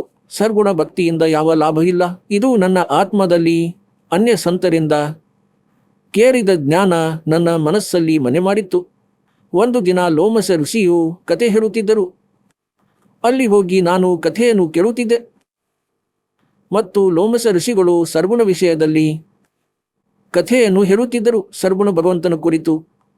ಆಗ ನಾನಂದೆ, ಋಷಿಗಳೇ, ಸರ್ಗುಣವು ನಾಶ ಹೊಂದುವುದು, ನಾನಂತೂ ನಿರ್ಗುಣದ ಅಧಿಕಾರಿ, ನನಗಂತೂ ನಿರ್ಗುಣ ಭಗವಂತನ ಕಥೆಯನ್ನು ಹೇಳಿ. ಲೋಮಸ್ ಋಷಿಯು ಸಾಕಷ್ಟು ಪ್ರಮಾಣಗಳನ್ನು ನೀಡಿ ಹೇಳಿದರು, ಮಗನೇ, ಸರ್ಗುಣ ಬಿನ ನಿರ್ಗುಣ ಕ್ಯಾಗಾವೆ. ಒಂದೊಮ್ಮೆ ಭಗವಂತನನ್ನು ಸರ್ಗುಣ ರೂಪದಲ್ಲಿ ನೋಡದಿದ್ದರೆ ನಿರ್ಗುಣದ ಪ್ರಯೋಜನವೇನು? ಜೈಸೆ ವೃಕ್ಷ ಬೀಜಕ್ಕೆ ಮಾಹಿ. ಅಂದರೆ ಹೇಗೆ ಬೀಜದಲ್ಲಿ ವೃಕ್ಷ ಅಡಗಿರುತ್ತದೆ, ದೈಸೆ ವೃಕ್ಷ ಬೀಜ ಸಬ್ ಠೋರ ಜಬ್ ಉಗ್ಗ ದೀಖಮೋರ. ಈಗ ಒಂದು ಮಾವಿನ ಗೊರಟೆ ಇದೆ ಮತ್ತು ಆ ಗೊರಟೆಯಲ್ಲಿ ಮಾವು ನಿರ್ಗುಣ ರೂಪದಲ್ಲಿದೆ, ನಿರಾಕಾರ ಎಂದೇ ಭಾವಿಸಿ. ನಿಮ್ಮ ಪ್ರಕಾರ ಆ ನಿರಾಕಾರವನ್ನು ಏನು ಮಾಡುವೆ? ಮಾವಿನ ಬಗ್ಗೆ ನನಗೆ ಹೇಳಿದರೆ, ಅಂದರೆ ಈ ಗೊರಟೆಯಲ್ಲಿ ಮಾವು ಇದೆ, ಮರವಿದೆ, ಇಡೀ ವೃಕ್ಷವಿದೆ ಇದರೊಳಗೆ. ಹೀಗೆ ಹೇಳುವುದರಿಂದ ನಿನಗೇನು ಲಾಭವಾಯಿತು? ಈಗ ಆ ಬೀಜವನ್ನು ಮಣ್ಣಿನಲ್ಲಿ ಹಾಕಬೇಕು, ಗೊರಟೆಯನ್ನು, ನಂತರ ಅದು ಸಸ್ಯವಾಗುವುದು, ನಂತರ ಮರವಾಗುವುದು, ಹಾಗೂ ಅದು ಮಾವಿನ ಹಣ್ಣು ಬಿಡುವುದು. ಸರ್ಗುಣ ಬಿನ್ನ ನಿರ್ಗುಣಕ್ಕೀಗಾವೆ. ಅಂದರೆ ಭಗವಂತನ ಲಾಭ ಏನಿದೆ? ಸರ್ಗುಣದಿಂದಲೇ ಆಗುವುದು. ನಿರ್ಗುಣದ ಗೀತೆ ಹಾಡುವುದರಿಂದ ಆಗುವುದಿಲ್ಲ. ಅವನು ಹೇಳಿದ, ನನಗೆ ಅವರು ಇಂತಹ ಉದಾಹರಣೆಗಳನ್ನು ಬಹಳ ಕೊಟ್ಟರು, ಆದರೆ ನನ್ನ ಬುದ್ಧಿಗೆ ಸೇರಲಿಲ್ಲ. ನಾನು ಅವರೊಡನೆ ಯದ್ವಾತದ್ವಾ ಅಭದ್ರ ರೀತಿಯಲ್ಲಿ ಪ್ರಶ್ನೆ ಕೇಳುತ್ತಲಿದ್ದೆ, ಅಂದರೆ ಗೇಲಿ ಮಾಡುವಂತೆ. ಆಗ ಲೋಮಶ್ ಋಷಿಯು ನನಗೆ ಶಾಪ ಕೊಟ್ಟರು. ಅಂದರೆ, ನಿನ್ನದಂತೂ ಚಂಡಾಲನ ಮನೆಯಲ್ಲಿ ಜನ್ಮವಾಗಬೇಕಾಗಿತ್ತು, ನಿನ್ನಂಥ ದುಷ್ಟನದು. ಅರೆ ಚಂಡಾಲ, ಹೋಗು, ಚಂಡಾಲನಾಗು. ಈಗ ನನಗೆ ಇಷ್ಟಂತೂ ಆಭಾಸವಾಯಿತು, ಅಂದರೆ ನನ್ನಿಂದ ತಪ್ಪಾಯಿತು. ನಾನು ತಪ್ಪು ತಿಳಿಯಲಿಲ್ಲ. ಮತ್ತು ನಾನು ಅವರೇನು ನನ್ನನ್ನು ಹೇಳಿದರೂ ಬೈದರೂ ಸಹ ನಾನು ಹೀಗೆ ಶಾಂತವಾಗಿ ನೋಡುತ್ತಲಿದ್ದೆ. ನಂತರ ನಾನು ಕೈ ಮುಗಿದು ಪಾದಗಳನ್ನು ಹಿಡಿದು ಪ್ರಾರ್ಥಿಸಿದೆ, ಹೇ ಋಷಿಗಳೇ, ಈ ದಾಸನಿಗೆ ಎಲ್ಲಿ ಬೇಕಾದರೂ ಜನ್ಮ ಕೊಡಿ, ಆದರೆ ಒಂದು ಆಶೀರ್ವಾದ ನೀಡಿ. ನನ್ನಿಂದ ತಪ್ಪಂತೂ ಆಯಿತು, ಅಂದರೆ ನಾನು ಭಕ್ತಿಯನ್ನು ಮರೆಯಬಾರದು. ಆಗ ಆ ಋಷಿಯು ಆ ಆಶೀರ್ವಾದವನ್ನು ನೀಡಿದ, ಸರಿ ಮಗು, ನಿನ್ನ ಜನ್ಮವಂತೂ ಚಂಡಾಲ ಕಾಗೆಯ ಮನೆಯಲ್ಲಿ ಆಗುವುದು, ಆದರೆ ಭಗವಂತನ ಭಕ್ತಿಯ ನೆನಪು ಇರುವುದು. ಆಗ ಅವನು ಹೇಳಿದ, ನನ್ನದು ಕಾಗಭುಸಂಡ ರೂಪದಲ್ಲಿ ಚಂಡ ಹೆಸರಿನ ಕಾಗೆ ಒಬ್ಬ ದೇವತೆ ಇದ್ದ, ಮತ್ತು ಬ್ರಹ್ಮನ ಪತ್ನಿ ಪೃಥ್ವಿಗೆ ಬಂದ ತನ್ನ ಹಂಸಳನ್ನು ಗರ್ಭವತಿ ಮಾಡಿಸಲು ಕಾಗಚಂಡನ ಹತ್ತಿರ ಕರೆದೊಯ್ದಳು. ಅವರ ಸಂಯೋಗದಿಂದ ನನ್ನ ಜನ್ಮವಾಯಿತು. ಮೇಲಿನಿಂದ ನನ್ನ ಮುಖವಂತೂ ಕಾಗೆಯದ್ದು, ಮತ್ತು ಕೆಳಗಿನ ಇಡೀ ಶರೀರ ಮನುಷ್ಯರಂತೆ ಇದೆ ಅವನದ್ದು. ಈಗ ದಾಸನು ಹೇಳುವ ಅರ್ಥ ಇದಾಗಿದೆ. ನಂತರ ಏನು ಹೇಳಿದ ಅವನು ಅಂದರೆ, ಇಂದು ನನಗೆ ಯಾವ ವಸ್ತು ಸಿಕ್ಕಿದೆ, ಯಾವ ಭಕ್ತಿ ಸಿಕ್ಕಿದೆ, ಅದು ಒಬ್ಬ ಜೋಗಜೀತ ಹೆಸರಿನ ಒಬ್ಬ ಸಂತ ಸಿಕ್ಕಿದರು. ಅವರು ಪರಮಾತ್ಮ ಆಗಿದ್ದರು. ಹೇಳ್ತಾರೆ, ಗೊತ್ತಾಂಬಾರು ಸ್ವರ್ಗ ಮೇ ಜಾಪಠು ಪಾತಾಲ್ ಗರೀಬ್ ದಾಸ್ ದುಂಡತಾ ಫಿರು ಅಬ್ ನಹೀ ರೇ ಮೋತಿಲಾಲ್. ಹೇಳ್ತಾರೆ, ನಂತರ ಜೋಗಜೀತ ಹೆಸರಿನ ಒಬ್ಬ ಸಂತ ಸಿಕ್ಕಿದರು. ಅದೇ ಪರಮಾತ್ಮ ಸ್ವತಃ ಸಂತ ರೂಪದಲ್ಲಿ ಎಲ್ಲಿ ಬೇಕಾದರೂ ಪ್ರಕಟರಾಗುತ್ತಾರೆ. ಅವರು ನನಗೆ ಆ ಜ್ಞಾನವನ್ನು ಹೇಳಿದರು. ಗರುಡರೇ, ಅದನ್ನು ನಾನೆಂದೂ ಕೇಳಿರಲಿಲ್ಲ. ಆದರೆ ಪ್ರಾರಂಭದಲ್ಲಿ ಆ ಜ್ಞಾನವನ್ನು ಕೇಳಿದಾಗ ಮನಸ್ಸಲ್ಲಿ ತುಂಬ ದುಃಖವಾಗುತ್ತಿತ್ತು. ಅಂದರೆ, ಇವನು ಬ್ರಹ್ಮ ವಿಷ್ಣು ಶಿವನ ಮೇಲೂ ಯಾವುದೋ ಶಕ್ತಿ ಇದೆ ಎಂದು ಹೇಳುತ್ತಿರುವನು. ಆದರೆ ನನಗೆ ಆ ಭಯವಿತ್ತು. ಅಂದರೆ ಸಂತರೊಡನೆ ವಾದವಿವಾದ ಮಾಡಬಾರದೆಂದು, ಏಕೆಂದರೆ ನಾನು ಬಹಳ ಅನುಭವಿಸಿದ್ದೆ. ಲೋಮಸ್ ಋಷಿಯೊಂದಿಗೆ ಯದ್ವಾತದ್ವಾ ಪ್ರಶ್ನೆ ಕೇಳಿ ನಾನು ಬಹಳ ದುಃಖವನ್ನು ಪಟ್ಟಿದ್ದೆ. ನಾನು ಅವರೊಡನೆ ವಿವಾದವಂತೂ ಮಾಡಲಿಲ್ಲ, ಆದರೆ ವಿನಮ್ರತೆಯಿಂದ ಪ್ರಶ್ನೆ ಕೇಳುತ್ತಲಿದ್ದೆ. ಮನಸ್ಸಿನ ಪ್ರಶ್ನೆಗಳನ್ನು ಕೇಳುತ್ತಾ ಅಂತ್ಯದಲ್ಲಿ ಹೀಗೆ ಅರಿವಿಗೆ ಬಂತು, ಗರುಡರೇ, ಅಂದರೆ ಇಂದು ನಾನು ಯಾವ ಸ್ಥಿತಿಯಲ್ಲಿ ಇರುವೆ, ಮತ್ತು ಯಾವ ಜ್ಞಾನ ನನಗೆ ಪ್ರಾಪ್ತವಾಗಿದೆ, ಮತ್ತು ಯಾವ ಭಕ್ತಿ ನನಗೆ ಪ್ರಾಪ್ತವಾಗಿದೆ, ಬಹುಶಃ ಯಾರಿಗೂ ಆಗಿರಲಿಕ್ಕಿಲ್ಲ. ಈಗ ಹೇಳುವ ತಾತ್ಪರ್ಯ ಏನೆಂದರೆ, ಅವನಲ್ಲಿ ಭಕ್ತಿಯ ಬೀಜವಂತೂ ಬಿತ್ತು, ಆದರೆ ಎಷ್ಟು ಕಠಿಣತೆಯಿಂದ 6 ತಿಂಗಳ ತನಕ ಜ್ಞಾನ ಕೇಳುತ್ತಲಿದ್ದ. ದೀಕ್ಷೆಯ ಬಗ್ಗೆ ಯೋಚಿಸಲೇ ಇಲ್ಲ. ಅಷ್ಟೊಂದು, ಅಂದರೆ ಅಷ್ಟು ಒಳಗಡೆ ನಮ್ಮ ಪಾಪಕರ್ಮಗಳು ಮನೆ ಮಾಡಿಕೊಂಡಿರುತ್ತವೆ. ಅಂದರೆ ಯಾರು ಯಾವುದೇ ಜನ್ಮದಲ್ಲಿ ಭಕ್ತಿ ಮಾಡಿರುವುದಿಲ್ಲ. ನಂತರ ಭಕ್ತಿಯು ಆರಂಭವಾಯಿತು, ಮತ್ತು ಪರಮಾತ್ಮನು ಆ ಆತ್ಮವನ್ನು ಶರಣಕ್ಕೆ ಪಡೆಯಲು ಎಲ್ಲ ಕ್ರಿಯೆಗಳನ್ನು ಮಾಡಿದರು. ಲೋಮಸ್ ಋಷಿಯ ಮೂಲಕ ಅವನಿಗೆ ತುಂಬಾ ಭಯಪಡಿಸಿದರು. ಒಂದೊಮ್ಮೆ ಆ ಸಮಯದಲ್ಲಿ ಲೋಮಸ್ ಋಷಿ ಕಾಗಭುಸಂಡನಿಗೆ ಶಾಪ ಕೊಡದಿದ್ದರೆ ಅವನ ಮನಸ್ಸಲ್ಲಿ ಆ ಭಯ ಇರುತ್ತಿರಲಿಲ್ಲ. ಮತ್ತು ಪರಮಾತ್ಮನ ಜ್ಞಾನವನ್ನಂತೂ ಪುಣ್ಯಾತ್ಮರೇ ಅವನು ಎಂದೂ ಕೇಳುತ್ತಿರಲಿಲ್ಲ. ಇಂದು ತಾವು ನೋಡುತ್ತಿರುವಿರಿ, ಎಷ್ಟೇ ಪುಣ್ಯಾತ್ಮರು ಇಲ್ಲಿ ಬಂದಿರುವರು. ಮೊದಲ ಬಾರಿ ತಾವು ಈ ಜ್ಞಾನ ಕೇಳಿದಾಗ ನಿಮ್ಮ ಮನದಲ್ಲಿ ಏನೇನೋ ಆಲೋಚನೆ ಬಂದಿರಬಹುದು. ಒಮ್ಮೆ ಹಾಗೆ ಹೀಗೆ, ಇವನೇನು ಬಡಬಡಿಸುತ್ತಿದ್ದಾನೆ, ಎಲ್ಲಿಂದ ತಂದ ಈ ಜ್ಞಾನವನ್ನು? ನಂತರ ನೀವು ಪ್ರಮಾಣಗಳನ್ನು ನೋಡಿದಾಗ ಆಶ್ಚರ್ಯಚಕಿತರಾಗುತ್ತಿರುವಿರಿ. ಈಗ ಹೇಳುತ್ತಾರೆ, ಸೋಚಲ್ ಛಿದ್ರ ಮಯಕರು ಅಪನೇ ಜನಕ್ಕೆ ಕಾಜ್. ಹಾಗಾಗಿ ನಿಮ್ಮ ಮೇಲೆ ಏನು ಕೃಪೆ ಇದೆ ಪರಮಾತ್ಮನದ್ದು, ಇದು ವಿಶೇಷವಾಗಿದೆ. ದಾಸನು ಹೇಳ ಬಯಸಿದ್ದೇನೆಂದರೆ, ನಿಮಗೆ ಯಥಾರ್ಥ ಜ್ಞಾನವನ್ನು ತಿಳಿಸಲು ಈ ಪ್ರಮಾಣ ಉದಾಹರಣೆ ನೀಡಲಾಗಿದೆ. ಚಾರ್ ಮುಕ್ತಿ ಜಾ ಚಂಪಿ ಕರ್ತಿ ಮಾಯಾ ಹೋರಿ ದಾಸಿ. ಯಾವ ಮಾಯೆ ಹಿಂದೆ ನೀವು ಓಡುತ್ತಿರುವಿರಿ, ಅಂದರೆ ಬಂಗಲೆ ಕಟ್ಟುವೆ, ಸ್ವಾದಿಷ್ಟ ಭೋಜನ ತಿನ್ನುವೆ, ಹೀಗೆ ಮಾಡುವೆ, ಕಾರು ಕೊಳ್ಳುವೆ, ಹೇಳ್ತಾರೆ, ಅಲ್ಲಿ ವಿಮಾನಗಳಿವೆ, ನಿಮ್ಮದು ಪ್ರತಿಯೊಬ್ಬರ ಹತ್ತಿರ ತಮ್ಮ ತಮ್ಮದೇ ಆದಂತಹ ಅಂದರೆ ಎಲ್ಲ ವ್ಯವಸ್ಥೆ, ಸರ್ವ ಸುಖ ಇದೆ ಅಲ್ಲಿ. ಹಾಗಾಗಿ ಹೇಳ್ತಾರೆ, ಚಾರ್ ಮುಕ್ತಿ ಜಹ ಚಂಪಿ ಕರ್ತಿ ಮಾಯಾ ಹೋ ರೈ ದಾಸಿ ದಾಸ ಗರೀಬ್ ಅಬೆ ಪದ ಪರ್ಸವಾಮಲೆ ರಾಮ ಅವಿನಾಶಿ. ಆ ಅವಿನಾಶಿ ಭಗವಂತ ಸಿಗುವನು ಮತ್ತು ಸರ್ವ ಸುಖ ತಮಗೆ ಲಭ್ಯವಿರುವುದು. ಆ ಸ್ಥಾನ ಸತ್ಯಲೋಕವಾಗಿದೆ. ಅಲ್ಲಿ ತಮ್ಮನ್ನು ಈ ಮಂತ್ರ ಮತ್ತು ಸಾಧನೆಯಿಂದ ತಲುಪಿಸಲಾಗುವುದು. ನಿಮ್ಮದು ಬಹಳ ಸೌಭಾಗ್ಯವಿದೆ ಪುಣ್ಯಾತ್ಮರೇ, ನಿಮಗೆ ಈ ಸ್ಥಾನ ಸಿಕ್ಕಿದೆ, ಈ ಭಗವಂತ ಸಿಕ್ಕಿದ ಮತ್ತು ನಿಜವಾದ ಸತ್ಯನಾಮ ಸಿಕ್ಕಿದೆ. ಇದನ್ನು ಸುರಕ್ಷಿತವಾಗಿಡಿ ಮತ್ತು ಈಗ ಸಮರ್ಪಿತರಾಗಿ ಬಿಡಿ. ಹೇಳ್ತಾರೆ, ಸಮಜಾ ಹೈ ತೋ ಸಿರ್ದರ್ ಪಾವ್ ಬಹುರ್ ನಹೀರೆ ಐಸಾ ದಾವ್.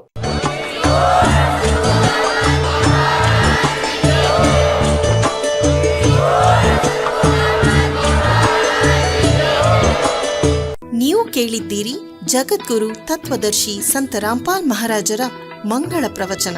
ಹೆಚ್ಚಿನ ಮಾಹಿತಿಗಾಗಿ ವಿಸಿಟ್ ಮಾಡಿ ನಮ್ಮ ವೆಬ್ಸೈಟ್ www.jagadguru-rampalji.org.